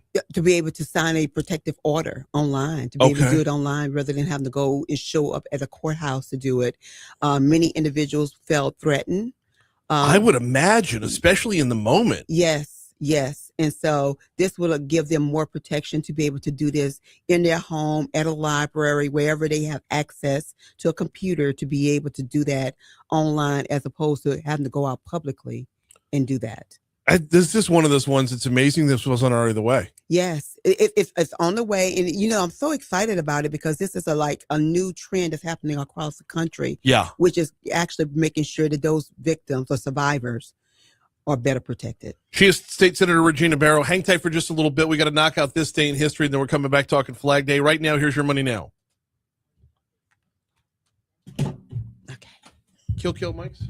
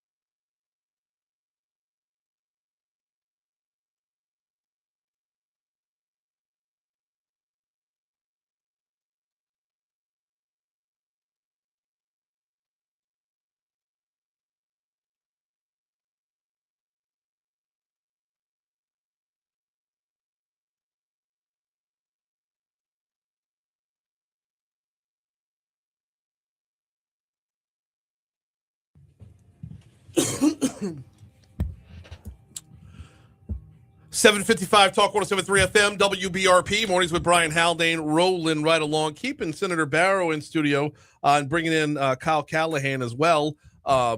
Sunday's Flag Day, and I don't believe we've had a parade for Flag Day here in Baton Rouge. That's about to change. Kyle, take it away, man. Oh, well, no, I'm going to just give it away to Senator Regina Barrow. I'm not taking nothing. I'm just here to help, but I'm down to hype it up. It's going to be a really good time, fun food. We got some really cool things going on. We got face painting, snowball machines, popcorn. We got Jumping World coming. We got trackless trains. We got Ferris wheels. We got bounce houses, obstacle courses. The kids, man, we're going to get the kids. We got the food. We got the music. Regina Barrow, take it away. Well, let me tell you, we actually started this about 19 years ago, but we didn't have the parade added. We added the parade a few years ago, but we've been doing the Flag Day event for 19 years to recognize the flag and its importance, as well as our servicemen and women and those who have served our country, to let them know how much we appreciate them. And so it is an honor for us to be able to do this again this year, especially for the 250th year anniversary of the country. No, absolutely. And that was the impetus to add the parade onto it. Yes. And then once you get into, so the parade is going to start at 4 p.m., North 6th at North Boulevard. And it just goes straight up North Boulevard to the river. That's right. That's right. It's a very short stint. So we're gonna get on you a little bit about the shortness of this parade. That is a half. No, I'm just kidding. It's adding a parade on top of the festival is obviously awesome, and then everyone could just kind of follow along. I mean, a parade will turn into a second line to make the way up to the Galvez Plaza, Roar Plaza. That's right. And the festival is gonna be at 5:00. Tell us who we can expect to see out there. Oh man, we're gonna have a lot of fun. When I tell you this is a family friendly event, it is. So we are going to see David St. Romain. We're going to have Fat Hat there to close out the event. We have some local artists that are going to be there performing. We have a lot of food, as Kyle has just stated. We have a lot of games for the kids to play. And a lot of vendors. We have a lot of information out there. We actually have someone that's actually going to be providing free wheels, especially to our veterans. Oh, wow. Yeah. Okay. Yeah. Who's the Grand Marshal of the parade? Got to get that in. The Grand Marshal is going to be Colonel McLennan. He is the Secretary of Veterans Affairs. I am so happy to have him there. Oh, Charles McGinley. Yes. Love him. Yes. Got to meet him up in Washington Mardi Gras. What a dude. Yeah. He's good. What a dude. And our Lieutenant Governor is going to be there. Awesome. Along with Major General Carter from D.C. Okay. Looking forward to all of that. 5 p.m. is the festival over there behind the old state capitol. Same place we hold live after 5 every Friday in the spring and the fall. Kyle, how'd you get wrapped into this? Man, right guy, right situation, right time, I guess. We did some work, a while back. We did the Operation Save Santa. We did those kind of parades. We did the Tunnel Towers, right? And the same kind of, there was a gentleman, Byron Comer, reached out to us today, man. We saw you had fun. You had some connections doing the thing. Man, can y'all bring some energy and come put us some influence on this event? And I was down. I reached out to basically give a shout. If y'all like cars, we got cars coming. I reached out to Baton Rouge Corvette Club. They're coming. And I reached out to Cars and Coffee and Zachary. They got them old timer race cars. And if you're into that stuff, so on top of Flag Day Parade, on top of the free food, on top of the kids, on top of the vendors, if you like old cars, come get you some. Okay. Like I said, we try to appeal to all facets, all walks. And it's the middle of the day on Sunday, so we're going to beat the church crowd. We got food. You know what I'm saying? So it's going to be awesome. I can't wait to see it all come to fruition. So the parade, North 6th Street and North Boulevard is where it starts, and it just goes straight up north until it gets to the river. And then the festival is 1 hour later, 1 hour after the parade gets started at Roar Plaza, right behind the old state capitol. Bringing out David St. Romain is a big deal. Don't we have a DJ? So do you have a DJ? You think you have a DJ? Yeah, DJ Incredible. But no, DSR was like, so his work with Songs of Survivors combined with Flag Day is going to be like, it's going to be. He is always so phenomenal. The combination of entertaining and tear jerking at the same time. Yes. So no doubt, David always brings it. And of course, Fat Hat is wonderful as well. Absolutely. So Sunday, 4 p.m., you'll want to be out on the parade route. You don't want to miss it. Nope. Thank y'all so much for coming out. Thank you. Thank you. We're coming up on the top of the hour. We got ABC News, then traffic, then weather, then This Day in History, and hour 3 is next. Look at that. Wow. Got it in. Perfect. Yeah, I'm telling you. 7:59. Holding tail to another meeting. Thank you so much. No, thank you. Appreciate it. give your chair back. This is a better chair. That's no, it is. It is. I just How's Well- that with basketball? We're good. kill all the mics, please.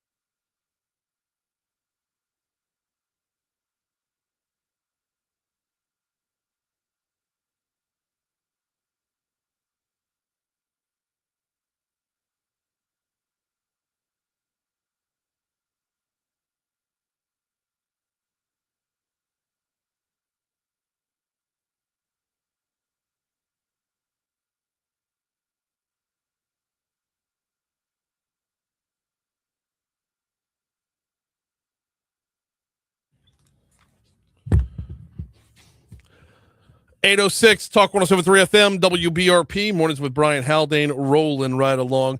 Brian here with you, Breland producing. We're all the way up to 78 degrees in downtown Baton Rouge. We start the third hour, the 8 o'clock hour from the 180 Pros studio. 180 Pros, not your IT provider. They are your IT partner.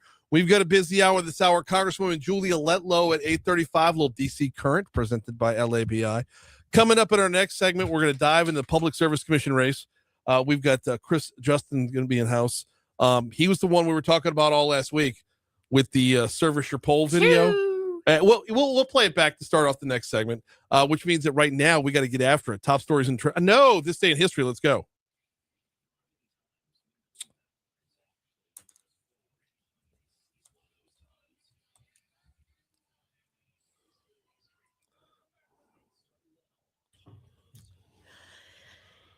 Back in the year 1933, because nothing happened before 1933. Roll! Oh, all right. Tell me. This day in 1752, allegedly, the legend goes, it was on this day in 1752 that Ben Franklin flew a kite and made history. Wait, Yeah. I had that, but it was genius, flipped. that genius who wanted to make the turkey the national bird went out and flew a kite in a thunderstorm.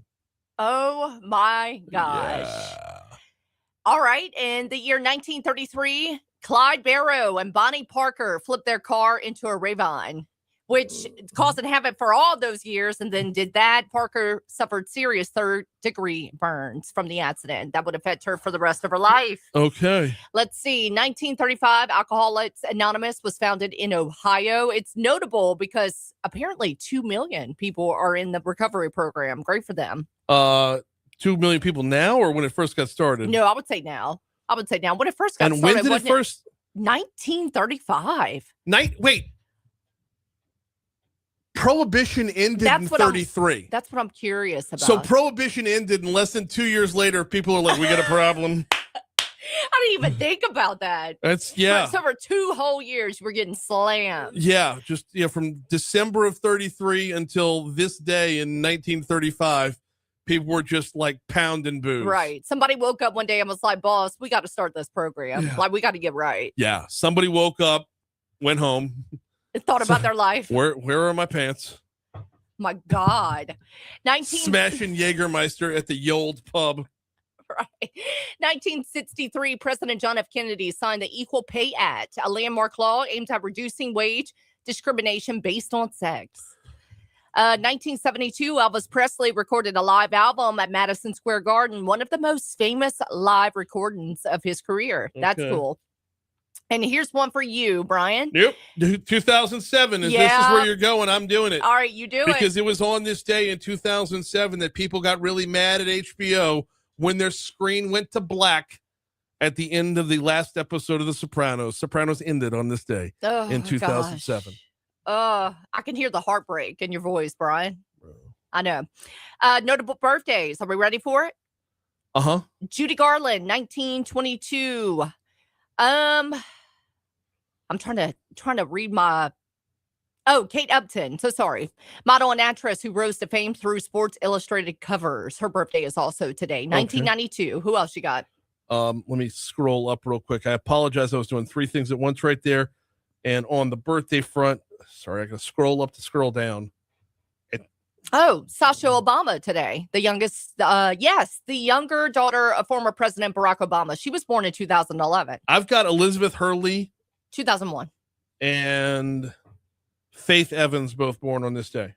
Cool deal. Notable deaths. I just have one. Actually, no, 2. Ray Charles, 2004, and Gordie Howe of 2016, one of the greatest hockey players of all time, known as Mr. Hockey. Okay, and the writer of the old Western novels, Louis L'Amour, died on this day in 1988. Notable days. You know, I am going through this list. There's really not one that stands out, but I'm going to go with this one. National Egg Roll Day. That's the one I had. Yeah, let's do it. On this day, we celebrate the golden goodness of egg rolls. God, it's so good. They are good. I've never had a bad egg roll. That's Have you ever had one that just was? I mean, if it's so as long as it's cooked. I mean, because you ever bite to an egg roll, it's not all the way done. Oh, I know. And the cabbage. And it's like it's cold on the inside. No, that's you can it can drop it back into the fryer, miss. Yeah, please. So, all right, we're at 8:11 at Talk 107.3 FM WBRP. Before we take our first break of this hour, want to remind you about the folks over at Mathern's. You can get a good egg roll at Mathern's. You get a whole package of them. In fact, you know what? Today is Wednesday. I bet you Mathern's new deals have dropped. Every single Wednesday, we get new offers from the folks at Mathern's, and they're fed right into the app, which I'm opening right now.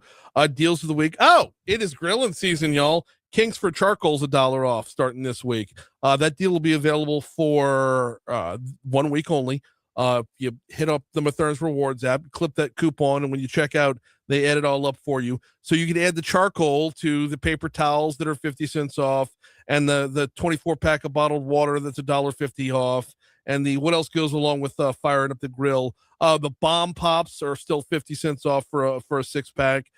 Brownies are 25% off. You just scroll through the coupons and you'll end up filling out your entire grocery list. And then when you go to check out, scan your little barcode, earn cash towards more groceries. It's good at all 3 locations: downtown on 3rd Street, Nicholson Gateway Shopping Center, and of course at Kenilworth, it's Mathern's.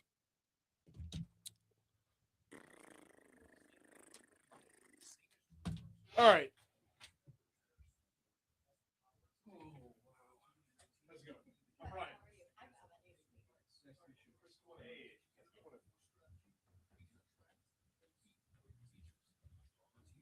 So you're right there. Be careful. The chair does actively roll. Okay. So I'll try not to fall out of my seat. yes.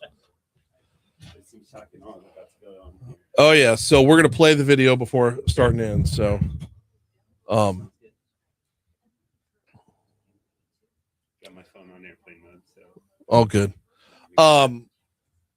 When the video dropped, there were no fewer than 12 people sent it to me.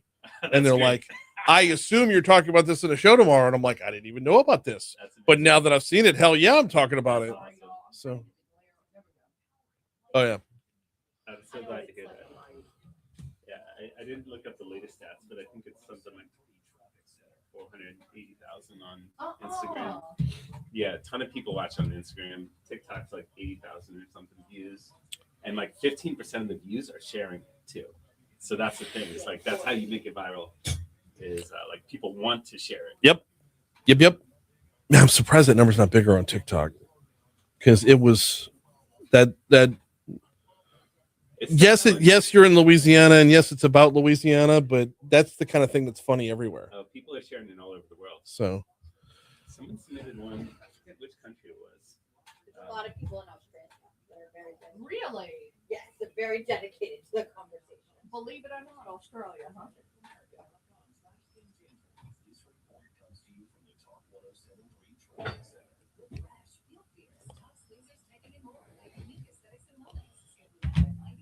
So we'll talk about the video. We'll talk about how, once it goes viral, but then we're going to talk about bringing it around to being an independent candidate. Sure. Because party money, you gotta get your free media in. Yeah. So That sounds good. let me knock out one more live read before you play the video.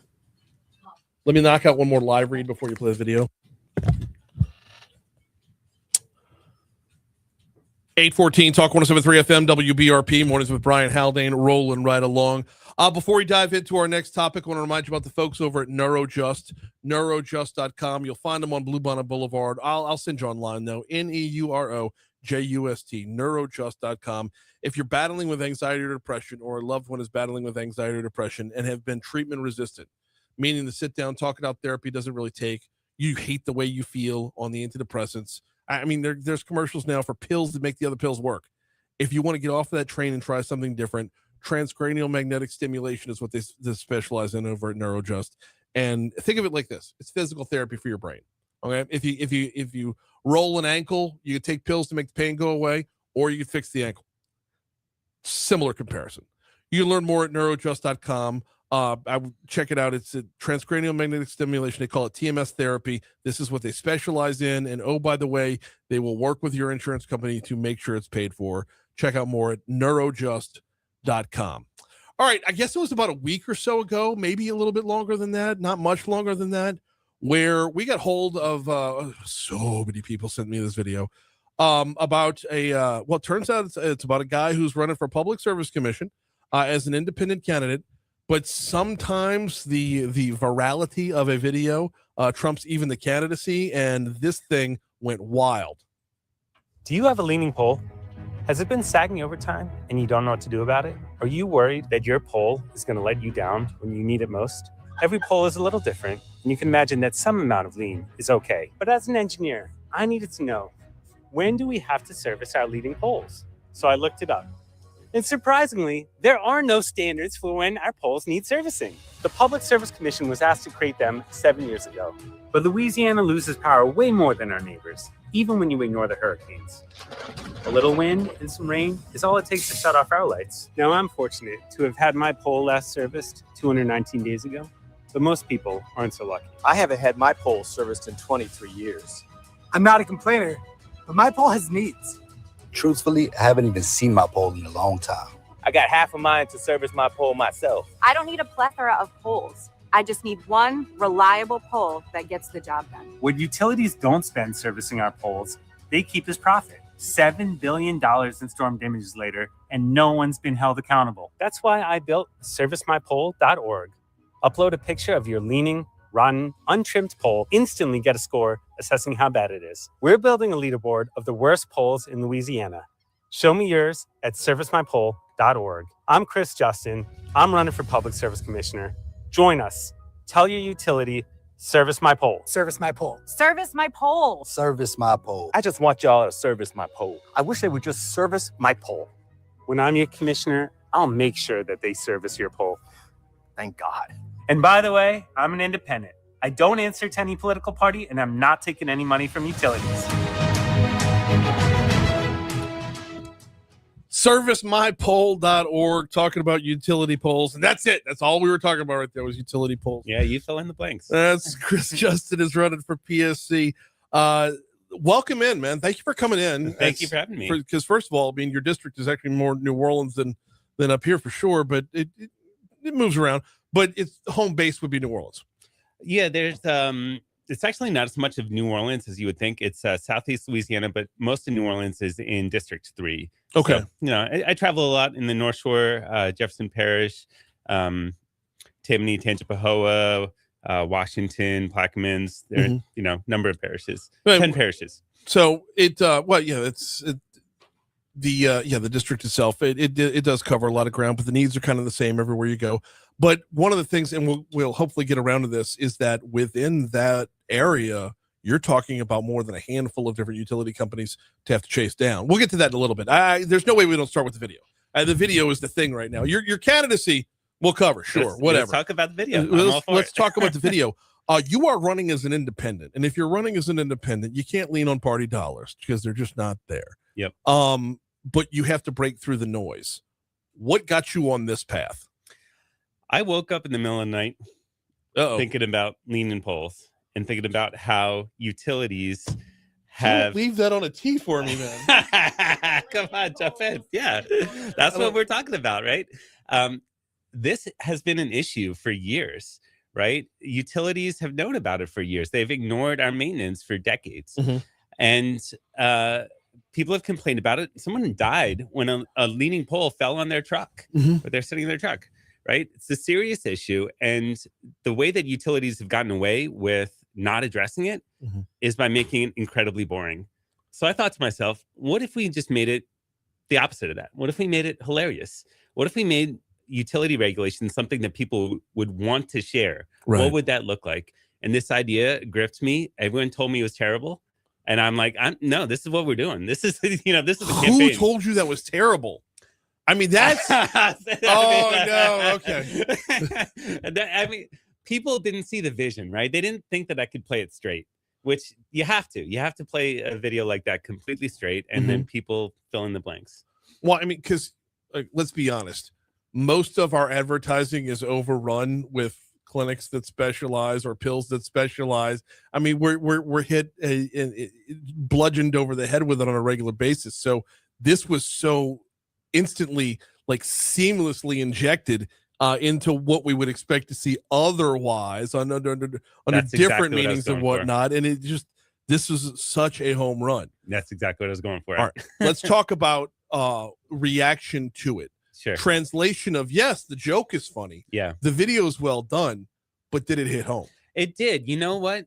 These polls are ubiquitous. The leaning polls, rotten polls, the ones that are completely covered by vegetation, and we become blind to that, right?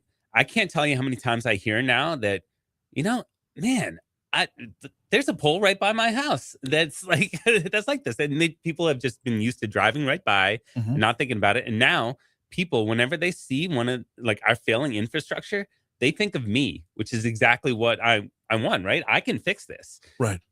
And this is one of the things that we've kind of become numb to from the PSC. Yeah, we've accepted it. And our grid, our power fails 3 times longer than Florida's, right? And big part of that is just neglected infrastructure. And I'm happy to talk through, the incentive structures and the reasons behind that. I'm an engineer. I know the actual, the math and the logic and all the incentives that have caused this problem, but that's not what gets people in the door. This is what gets people in the door. No, it absolutely has. From a awareness perspective, obviously the number of views. Can you run down what you've got views wise on this? Yeah, it's over 500,000 easily across all platforms. I think Instagram alone was 480,000. TikTok is approaching 100,000. YouTube is still building. And the thing that I like, that I talk about more than the views itself, is how frequently it's shared. 15% of those views turn into people sharing it. It's the type of thing that, you would never think that a video about utility regulation goes viral. Right. But it is going viral, right? People, they don't just send it to one person. They send it to all their friends and say, this is hilarious. Right. No, absolutely. And there's a flip side to that, though, is that while the viral nature of the video is awesome, the nature of the internet is it is worldwide. So you can have that many views, but are you able to narrow down how many of those views can actually vote for you? Yes. Yeah. And that is, the data science part of it. And there are plenty of people in district who are really resonating with it. But at this point, I don't need to narrow it down. That's going to come once we get. Oh, no. Yeah, we're still early on. We've got until exactly. November. Absolutely. I'm not trying to, jump the gun on this one. Sure. You don't want to have a false sense of security based off of look how many people have seen, as if that would equate directly on a one-to-one basis. Yeah, is where I'm going. Yep. So we got Chris Justin in with us. He's running for Public Service Commission. Really smashed onto the scene with the Leaning Poles video.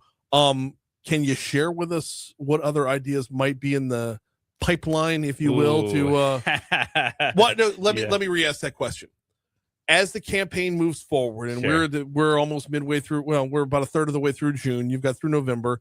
Is the plan of attack with this campaign to replicate or do more on the humorous side, or is it to say I hit my one joke, now I'm going to dial y'all back in on policy? It's a little bit of both. I want to still show my personality, right? Okay. This is unlocked, right? I get to completely be myself on the campaign trail, which is fantastic. But there are many serious topics on here, and some people may not be comfortable sharing this video. Future videos are still going to be funny, but they will be more broadly shareable. Okay, that's I don't know who wouldn't be. I loved the way that you posted it. The tagline that you said is this is the most Louisiana ad ever. Yeah. And I'm thinking about the people that I worked with in my first job. I started as an engineer at Shell at the Norco refinery. The operators there, they're think it's hilarious, right? This is like right up their alley. And I love, shooting, I won't curse on air, but good. No. I knew exactly where you're going with that one. Let's talk about plan of attack when it comes to actually, no, we wait on that for a second. The resume here, you mentioned you were an engineer at Shell. Yeah. What else goes into the resume that made you want to that brought you around to where you are now? Yeah, let me talk a little bit at Shell first. So at Shell, I was a process engineer. I'm a licensed professional engineer. And my last role there at Shell, I was kind of the quarterback of the refinery. I was the refinery plan implementer. So I was responsible for when anything went wrong in the middle of the night, people would call me up and I would have to figure out a game plan to make sure that we're running close to 250,000 barrels a day of oil through that refinery. So I know manufacturing super well. I got into energy work when I moved back to Louisiana, utility energy work, and I consulted for the Public Service Commission. I've consulted for New Orleans City Council, and what I found is that the engineers who are consulting for the city council and the data, that doesn't actually drive the decisions. And it drove me crazy, right? The politicians are usually funded by the utility companies that we're regulating. And then they go to those very utility companies and ask them to explain, the situation and what we should do. And more often than not, unfortunately, we just go with what the monopoly utilities say. The battle's so much deeper than that. I know I'm not going to get too policy wonky because the Public Service Commission often does, but it's just this is we've seen this before where I don't want to say an adversarial relationship with the utility companies because I mean we need them. We absolutely need them. So it's a different approach to doing business.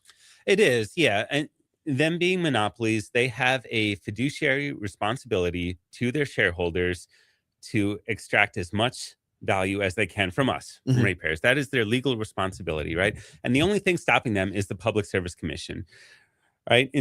Since 2020, electricity prices have gone up 50%, and Entergy stock price is twice as much, right? They're twice as valuable, twice as rich, right? The Public Service Commission, they are the only thing standing in their way, but they're not technical experts to be able to fight back. Talk about that for another quick second, because that to me is an important piece of this equation. Is with the Public Service Commission, you are a politician, and at the same time, you need to be a policy expert or a real life expert to a certain level. Yeah, ideally, you would be a policy expert first, and the politician is more of the happenstance. But unfortunately, most people who are running for this position are career politicians, and they are not the technical experts to be able to actually hold utilities accountable. That's part of the reason that I'm running as a no-party candidate, is because I'm not a politician. I've never been a politician. I've never wanted to be a politician. No one in my family is a politician. I find and fix problems. And, servicemypoll.org is a working website that people can submit failing infrastructure to, and we can get it addressed as a result of that. That's been proven out. We've got about 2 minutes left with Chris Justin, who's running for PSC, and we might have to have a separate visit coming up later on as we get closer to Election Day, because there are a number of issues that the PSC is going to be facing in the very near future that are new to us. I would assume that if you're launching a campaign for PSC right now, data centers would be the number one thing out there.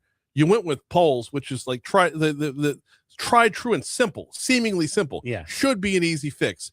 But as you're on the campaign trail, how much are you hearing on that data center front? Data centers are huge, and I will give you the little teaser that is going to be the subject of the next video that's coming out. So the Public Service Commission, I think, dropped the ball on this. They passed a rule in December where data centers, new large loads like that, data centers only have to pay for 25% of the cost of their generation assets. And that is just a terrible deal that they passed. Some data centers, some like Meta, they're willingly going above that, but that's the nuances. Why pass a deal that leaves us on the hook for 75% of the cost? It doesn't make any sense. Yeah, and the one coming to West Feliciana, HUD 8, they're doing it right as well. But it's not, if it's not written out that way, you leave the room for it to be done in a little bit different way. We are straight about time for this segment, man. I can't tell you how much I appreciate you coming in. Chris Justin, running for PSC. If you haven't checked out the video, just look up Service My Poll. You will find that it will be there. We will be on the lookout for the next video, man. Sounds good. Thank you, Brian. Absolutely. We are at 8:30 at Talk 107.3 FM, WBRP. ABC News coming up right now. Then we'll check our local news, traffic, weather. Congresswoman Julia Letlow is next. All right. Man, that goes so fast. It does. It does. And this is what killed. Sorry, we're always.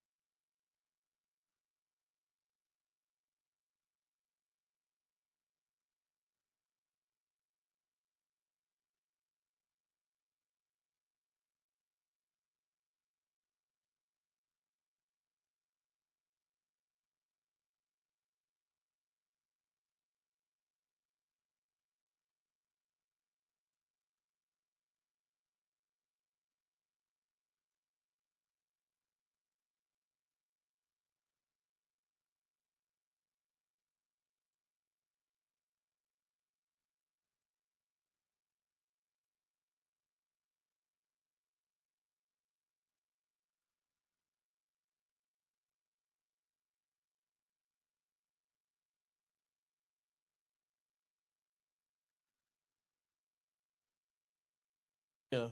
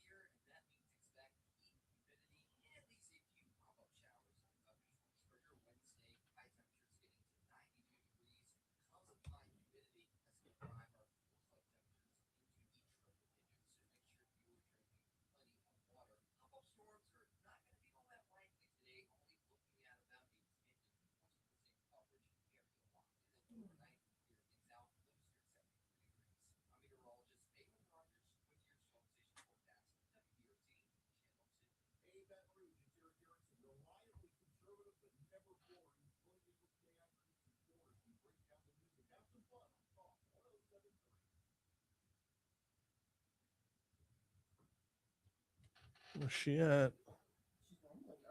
Oh.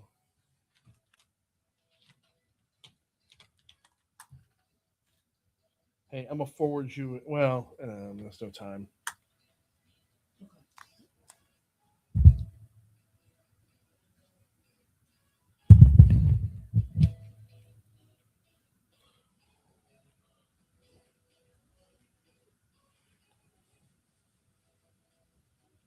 She's trying the hotline. Yeah, I got it. 838 Talk 107.3 FM, WBRP, mornings with Brian Haldane, rolling right along. Congresswoman Julia Letlow slated to join us coming up here in just a quick minute for a little DC Current presented by LABI. While we have the Congresswoman dialing in, let me remind you about One Bath and Closets. OneBathAndClosets.com is the website to check out. Y'all already know I went down this path. Yeah, we older home. Which how much of Baton Rouge was built in the 60s or the 70s? I mean, if you're in Sherwood, if you're in Broadmoor, if you're in Tara, if you're in Shenandoah, if you're in any of those subdivisions up and down Highland Road, a lot of Baton Rouge got built 30, 40 years ago, right? Which means the bathroom was built to the specs of 30, 40 years ago. Well, where's your bathroom for today? David Duvall's got it, and he's sitting on it over there at OneBathAndClosets.com. Give him a call at 400-8005, 400-8005. He will collaborate with you. He will come in, show you what can be done with the space, and then do it. Work with you to make your ideas happen. Christy and I did this, and we could not be happier with the outcome. Not just the way it looks, not just the way it feels, but the pure efficiency of it has just been phenomenal. Just thrilled on every front. We started off by visiting the website, ONE1BathAndClosets.com. Then we called David at 400-8005, and the rest has been history. One Bath and Closets. All right, it's time for DC Current.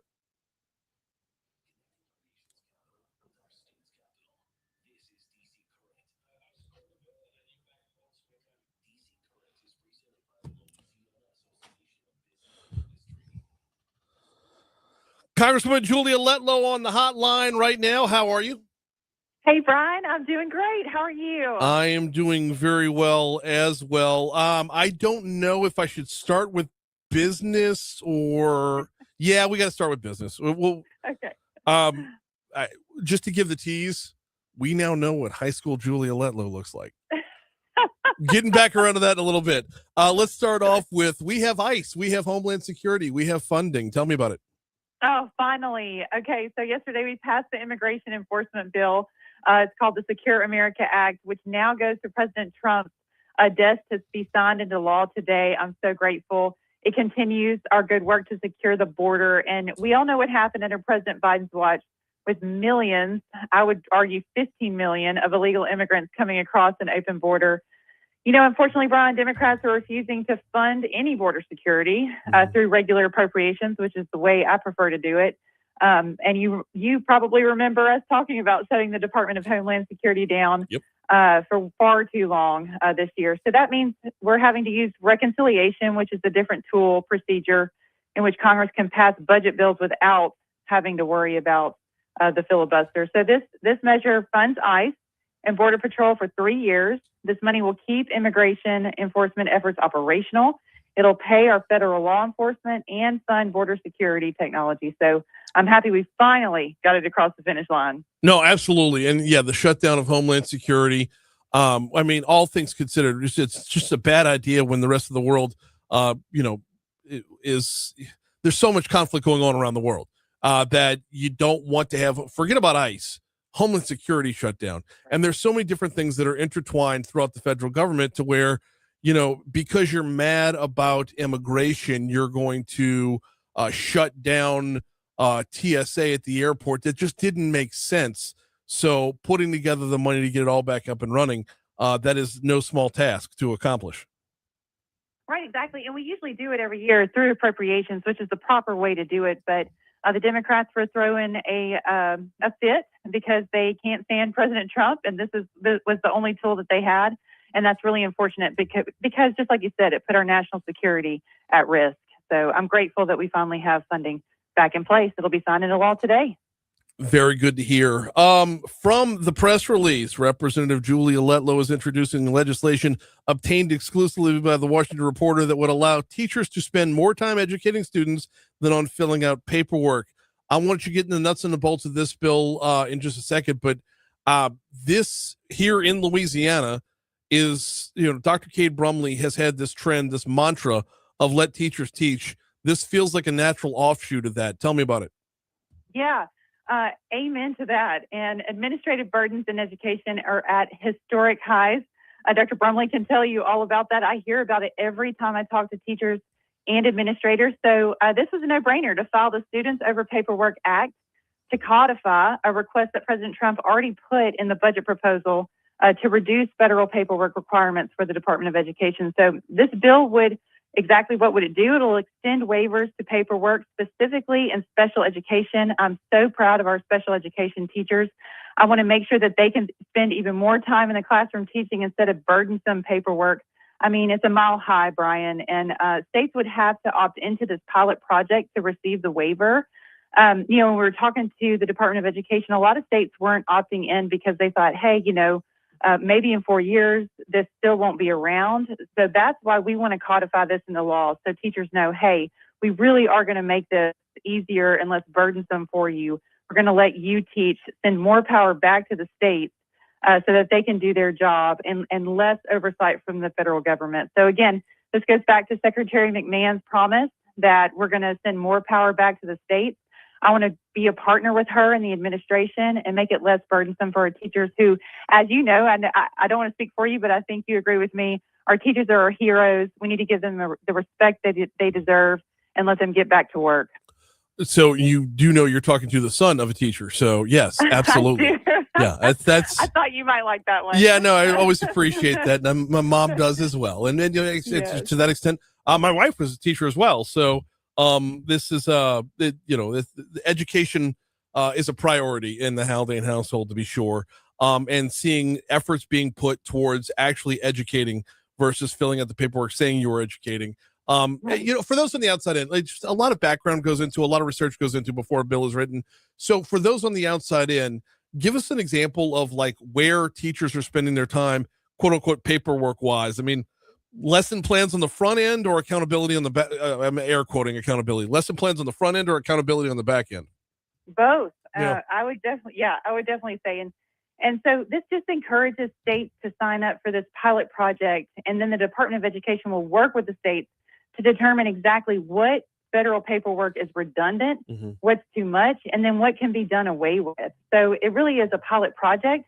But what I want to see, once we realize we collect all that data, then we can codify it into law so that teachers don't ever have to worry about another administration coming in and imposing all this new paperwork that they have to fill out just when they get used to a new system. And so that's what I'm really excited about. But my goodness, whenever you ask a teacher, they go on and on about how many of the hours of a day they have to do with regulatory work when they could be spending that time maybe tutoring a student who's struggling, So I'm really excited about this project. As you know, I get geeked up about education initiatives. Oh no, absolutely. It started with the Parents' Bill of Rights for that matter. That's right. Don't get me started on Parents' Bill of Rights. I could go on and on all day. Well, I mean, that was the first major crowning achievement of your time as a congresswoman was the first mountain you decided to tackle. Exactly. And I can't believe we're still talking about it today, and I'm so grateful we are, because parents always should receive a seat at the table when it comes to their child's education. But I was just putting it in context for a constituent the other day. I said, imagine. So, for example, my daughter, Jacqueline, brings home she's 6 years old, brings home a book from the library with explicit material in it. And so I would be astounded. I would probably go to my school board and I would share my concerns that I had no idea that this book was in the library to begin with. Mm-hmm. And so what we saw happen under the Biden administration, these parents who did that were actually put on domestic terrorist watch lists, which should never happen in our country. And so that really was the impetus for that bill. I was so proud we got it across the House side, and then it went over to the Senate to die, which so much of our work does, Brian. Yeah. And that's part of the reason why I want to go over to the Senate to get it all the way through. Congresswoman Julia Letlow is our guest. This is DC Current, presented by the Louisiana Association of Business and Industry. You can learn more about your state's Chamber of Commerce over at labi.org. Yeah, Congresswoman, on that front, I saw a video came across my screen. You talk about being labeled as terrorists or whatever. I saw a video, I forget what platform it was on, but it was a woman who was kicked out of a school board meeting simply by reading a book that was on the required reading list. The profanity in the book was so just over the top that the woman, by reading a book that the kids were required to read, she got kicked out of a school board meeting for being profane. It's astounding, and it's happening all across our country, and parents deserve a voice. Yeah. I mean, these are our kids. They're not the government, and they're not the teacher unions. So I'm going to always be fighting for parents. Okay, so, and you mentioned you can't believe we're still talking about the Parental Bill of Rights. It's actually mentioned in your campaign ad, the campaign that's out there now, titled Fighting for Our Families. For those that haven't seen it yet, we'll post the link to the YouTube when we post the story up on our website. When we post this interview up on the website, we'll post the link to it. But for those that haven't seen it yet, what's the theme of what's coming up in the Julia Letlow ad? Well, one thing that I hear all across the state, and again, cannot believe that we're having to fight against it, is biological men playing in women's sports. And so the theme of it is that I was a high school and collegiate athlete. It feels braggadocious, but I actually won the state track meet in the long jump when I was a junior in high school. And I can only imagine what it would have felt like if a biological man was standing at the top of that podium when I had won outright. And that is happening, Brian, across this country to young women. And I want to do everything in my power to make sure that we put a stop to it. It's actually included as a provision in the Save America Act, which I know you and I have talked at length about. Yep. That we have to get through on the Senate side. They have to nuke the filibuster. I'm the only candidate in this race who is called to do that. Mm-hmm. And so I'm going to continue fighting to keep biological men out of women's sports. I cannot believe we are at that place as a country, but I'll be darned. I'm going to give it my all to make sure that they stay out of women's sports. Okay, so the ad, you mentioned you're a high school athlete. There is a picture of you running track, I believe running hurdles here, with the, oh my goodness, the eyes on the prize, looking at the finish line. But Congresswoman, the hair, oh my word. This is too good. But now I need more though, because we've got track Julia Letlow. I need like the total 90s Saved by the Bell Julia Letlow. Hey, you know what? They didn't have as good a product back in the 90s for curly hair, but no, I've always been a fierce competitor, and I just wanted to show that I can be tough as nails when it comes down to fighting for what I'm passionate about. And my goodness, I'm always going to be fighting for our Louisiana families. Well, so as soon as I saw it, I'm like, is that her? I mean, it just. Is it? And in the little graphic at the bottom says Julia. It doesn't say AI Julia Letlow. It says Julia Letlow, Louisiana State champion. Yeah, I gave him the picture. So Unreal. it came from me. So good. Well, hopefully we'll have more yearbook stuff on the way. In the meanwhile, we are just straight up out of time for today. Congresswoman Letlow, we always appreciate the time. Thank you so much, Brian. Yeah, absolutely. It was like I'll send you the link, Breland, so you can put it in there. But she's running hurdles and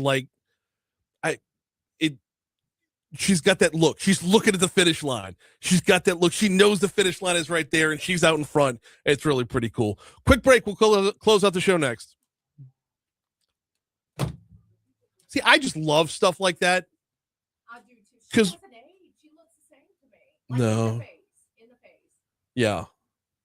Oh, Brian, you got to come into some of these comments. This is ridiculous. What? Okay. Alan, having third party attack Fleming instead of herself. She's doing the same fucking thing. Yeah. Alan, you're not from here, buddy. Welcome to Louisiana politics. That's just how it goes. Joe, vote Fleming. Well, everyone's entitled to their opinion.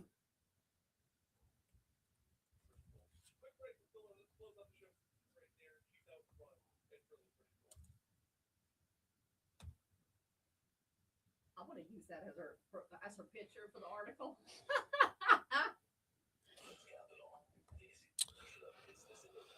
You know what? I didn't write anything down for this last segment. I was planning on doing the DeRitter Mayor, but if are those the only two comments, or is there anything really worthwhile? Alan saying shows me a lack of integrity. She sounds like a snake to me.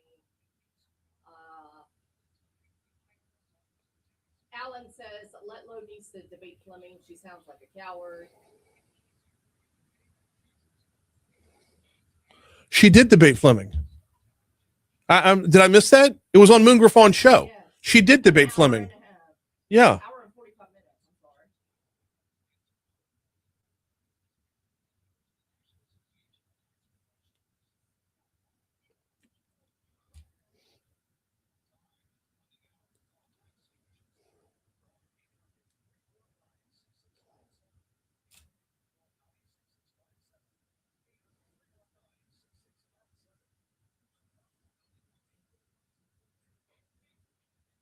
Alan said not in the runoff. They will. What's the difference? No, stop right there. What's the difference? The issues are the same. The candidates are the same. Does something changed between then and now? Well, if you were to say, well, Congressman Cassidy ate up too much of the time during the debate, he wasn't there, Hoss. It was the two of them. I don't know what's different now. The problem is, and this is going to be a problem anytime you're pulling for the candidate who's trailing by a big amount. If you're pulling for the candidate who's trailing by a big amount, you need desperation moves. You need Hail Marys. You need to just, you need shooting 3-pointers every trip up the court to try and make up ground. And that's where that is.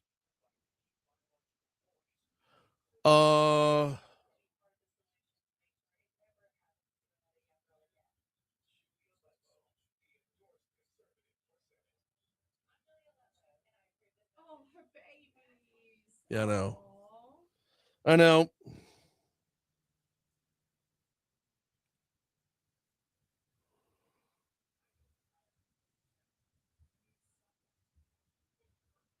With just her and Fleming now that Cassidy's out. Cassidy wasn't in. That's the point. That's what I'm saying. If it were a 3-way debate before and it changed the nature of answers and whatnot, but it's going to be rinse, repeat everything you saw the last time. Byron says, I don't think the candidates have to endorse or support what political action committees advertise on their behalf. They don't. They never have. Alan wants to see with just her in leaning. Now, No, Fleming. He meant to say Fleming. Now that it's just her and Fleming, which is exactly what it was last time. That's my point.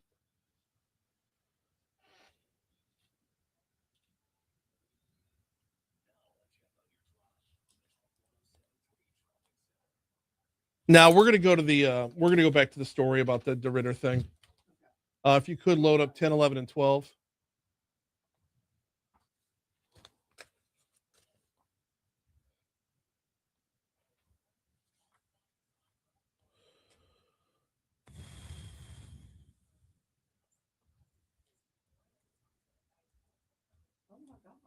I can't click any of the cuts. Shit. Hang on. Oh, I gotta keep scrolling down the page. Wait, well. What page are you on? The very top. It's like they had it. I don't think you go to the same page I do. News.Louisiana Radio Network. Nope.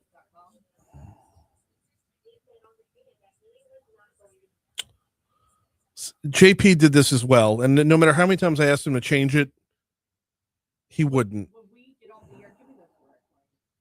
Yeah, I will. Cool. Because you have to download waves, which take up a huge amount of space in the computer.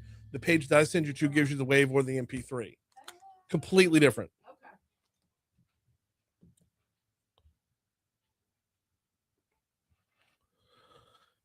856 Talk 107.3 FM WBRP. Mornings with Brian Haldane rolling right along.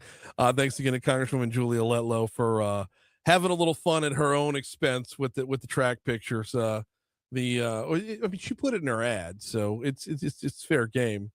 But dialing it back to high school right there. Let it be known that I want no high school pictures of me to find their way anywhere, like ever. Just. Yeah. Same. Yeah, I was not pretty in high school. There was a reason that Gen X existed when we did, because like, could you imagine if we had cell phones back then? Could you imagine if we had Instagram back then? Yes. Gen X would have never been. Like, just the number of things that we did because we knew it wouldn't, like, it was in the moment. Right. Not to be preserved forever on social media. So I did things at certain times because I knew I wasn't being filmed. Right. So, it would change the entire nature of everything. Right. If there were video evidence. Picture it didn't happen. It didn't happen. I'm just saying. So there, but for the grace of God goes an entire generation. Hey, we're gonna pivot real quick before we get out of here and talk about what's going on or what has gone down over in Southwest Louisiana. I do need to remind you about the folks over at Landmark Bank, landmarkbankla.com, landmarkbankla.com. That's the website. The tagline, "Our strength, your future," couldn't be more appropriate because they are invested in your future at Landmark Bank because they're a member of your community. If you hit the About Us tab and find the locations and hours, you'll see exactly which communities they're in. All right. You'll know where to find them. You'll find them in Zachary. You'll find them in Clinton. You'll find them in Greensburg. You'll find them over in Brule. You'll find them in Denham Springs. And when you do find them in your community, they are a part of your community. So you don't just get a bank, you get a banker who's invested locally. LandmarkBankLA.com. So former DeRidder Mayor Misty Roberts was facing up to 17 years in prison. Instead, she got 90 days. Our news partners at Louisiana Radio Network have been all over this story this morning. The sentence came down from Judge Kent Savoy, handed the former DeRidder mayor, who was convicted back in March of having sex with a 16-year-old boy while she was in office. Pam Sleazer, who's been covering the trial for the American Press, says the prosecution was not happy with this sentence. Cut 10. The state made it clear that they wanted the maximum sentence and they did not want it to be viewed as a leniency towards her. And they implored the judge to please not show leniency, to show that she must answer for these crimes. The crimes are just so heinous. And I'm just going to throw this out there. If the shoe was on the other foot and the former mayor was a man and the person they had sex with was a 16-year-old girl, they'd be under the jail. They'd be under the jail. All right, we got to get out of here. Moon Graffon's coming up next. Teasing tomorrow's show programming note. Haggai Davis will be in for a cup of tech gumbo, and we got Ag Commissioner Dr. Mike Strain.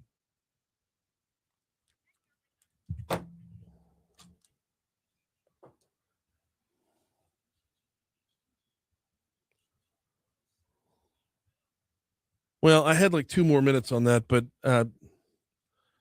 just the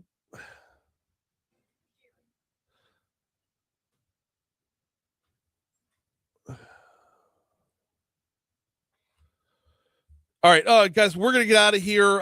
Big show planned tomorrow. We got a lot of ground to cover, and I can tell you Friday's going to be pretty awesome as well, just what we're mapping out. So we'll see you all tomorrow.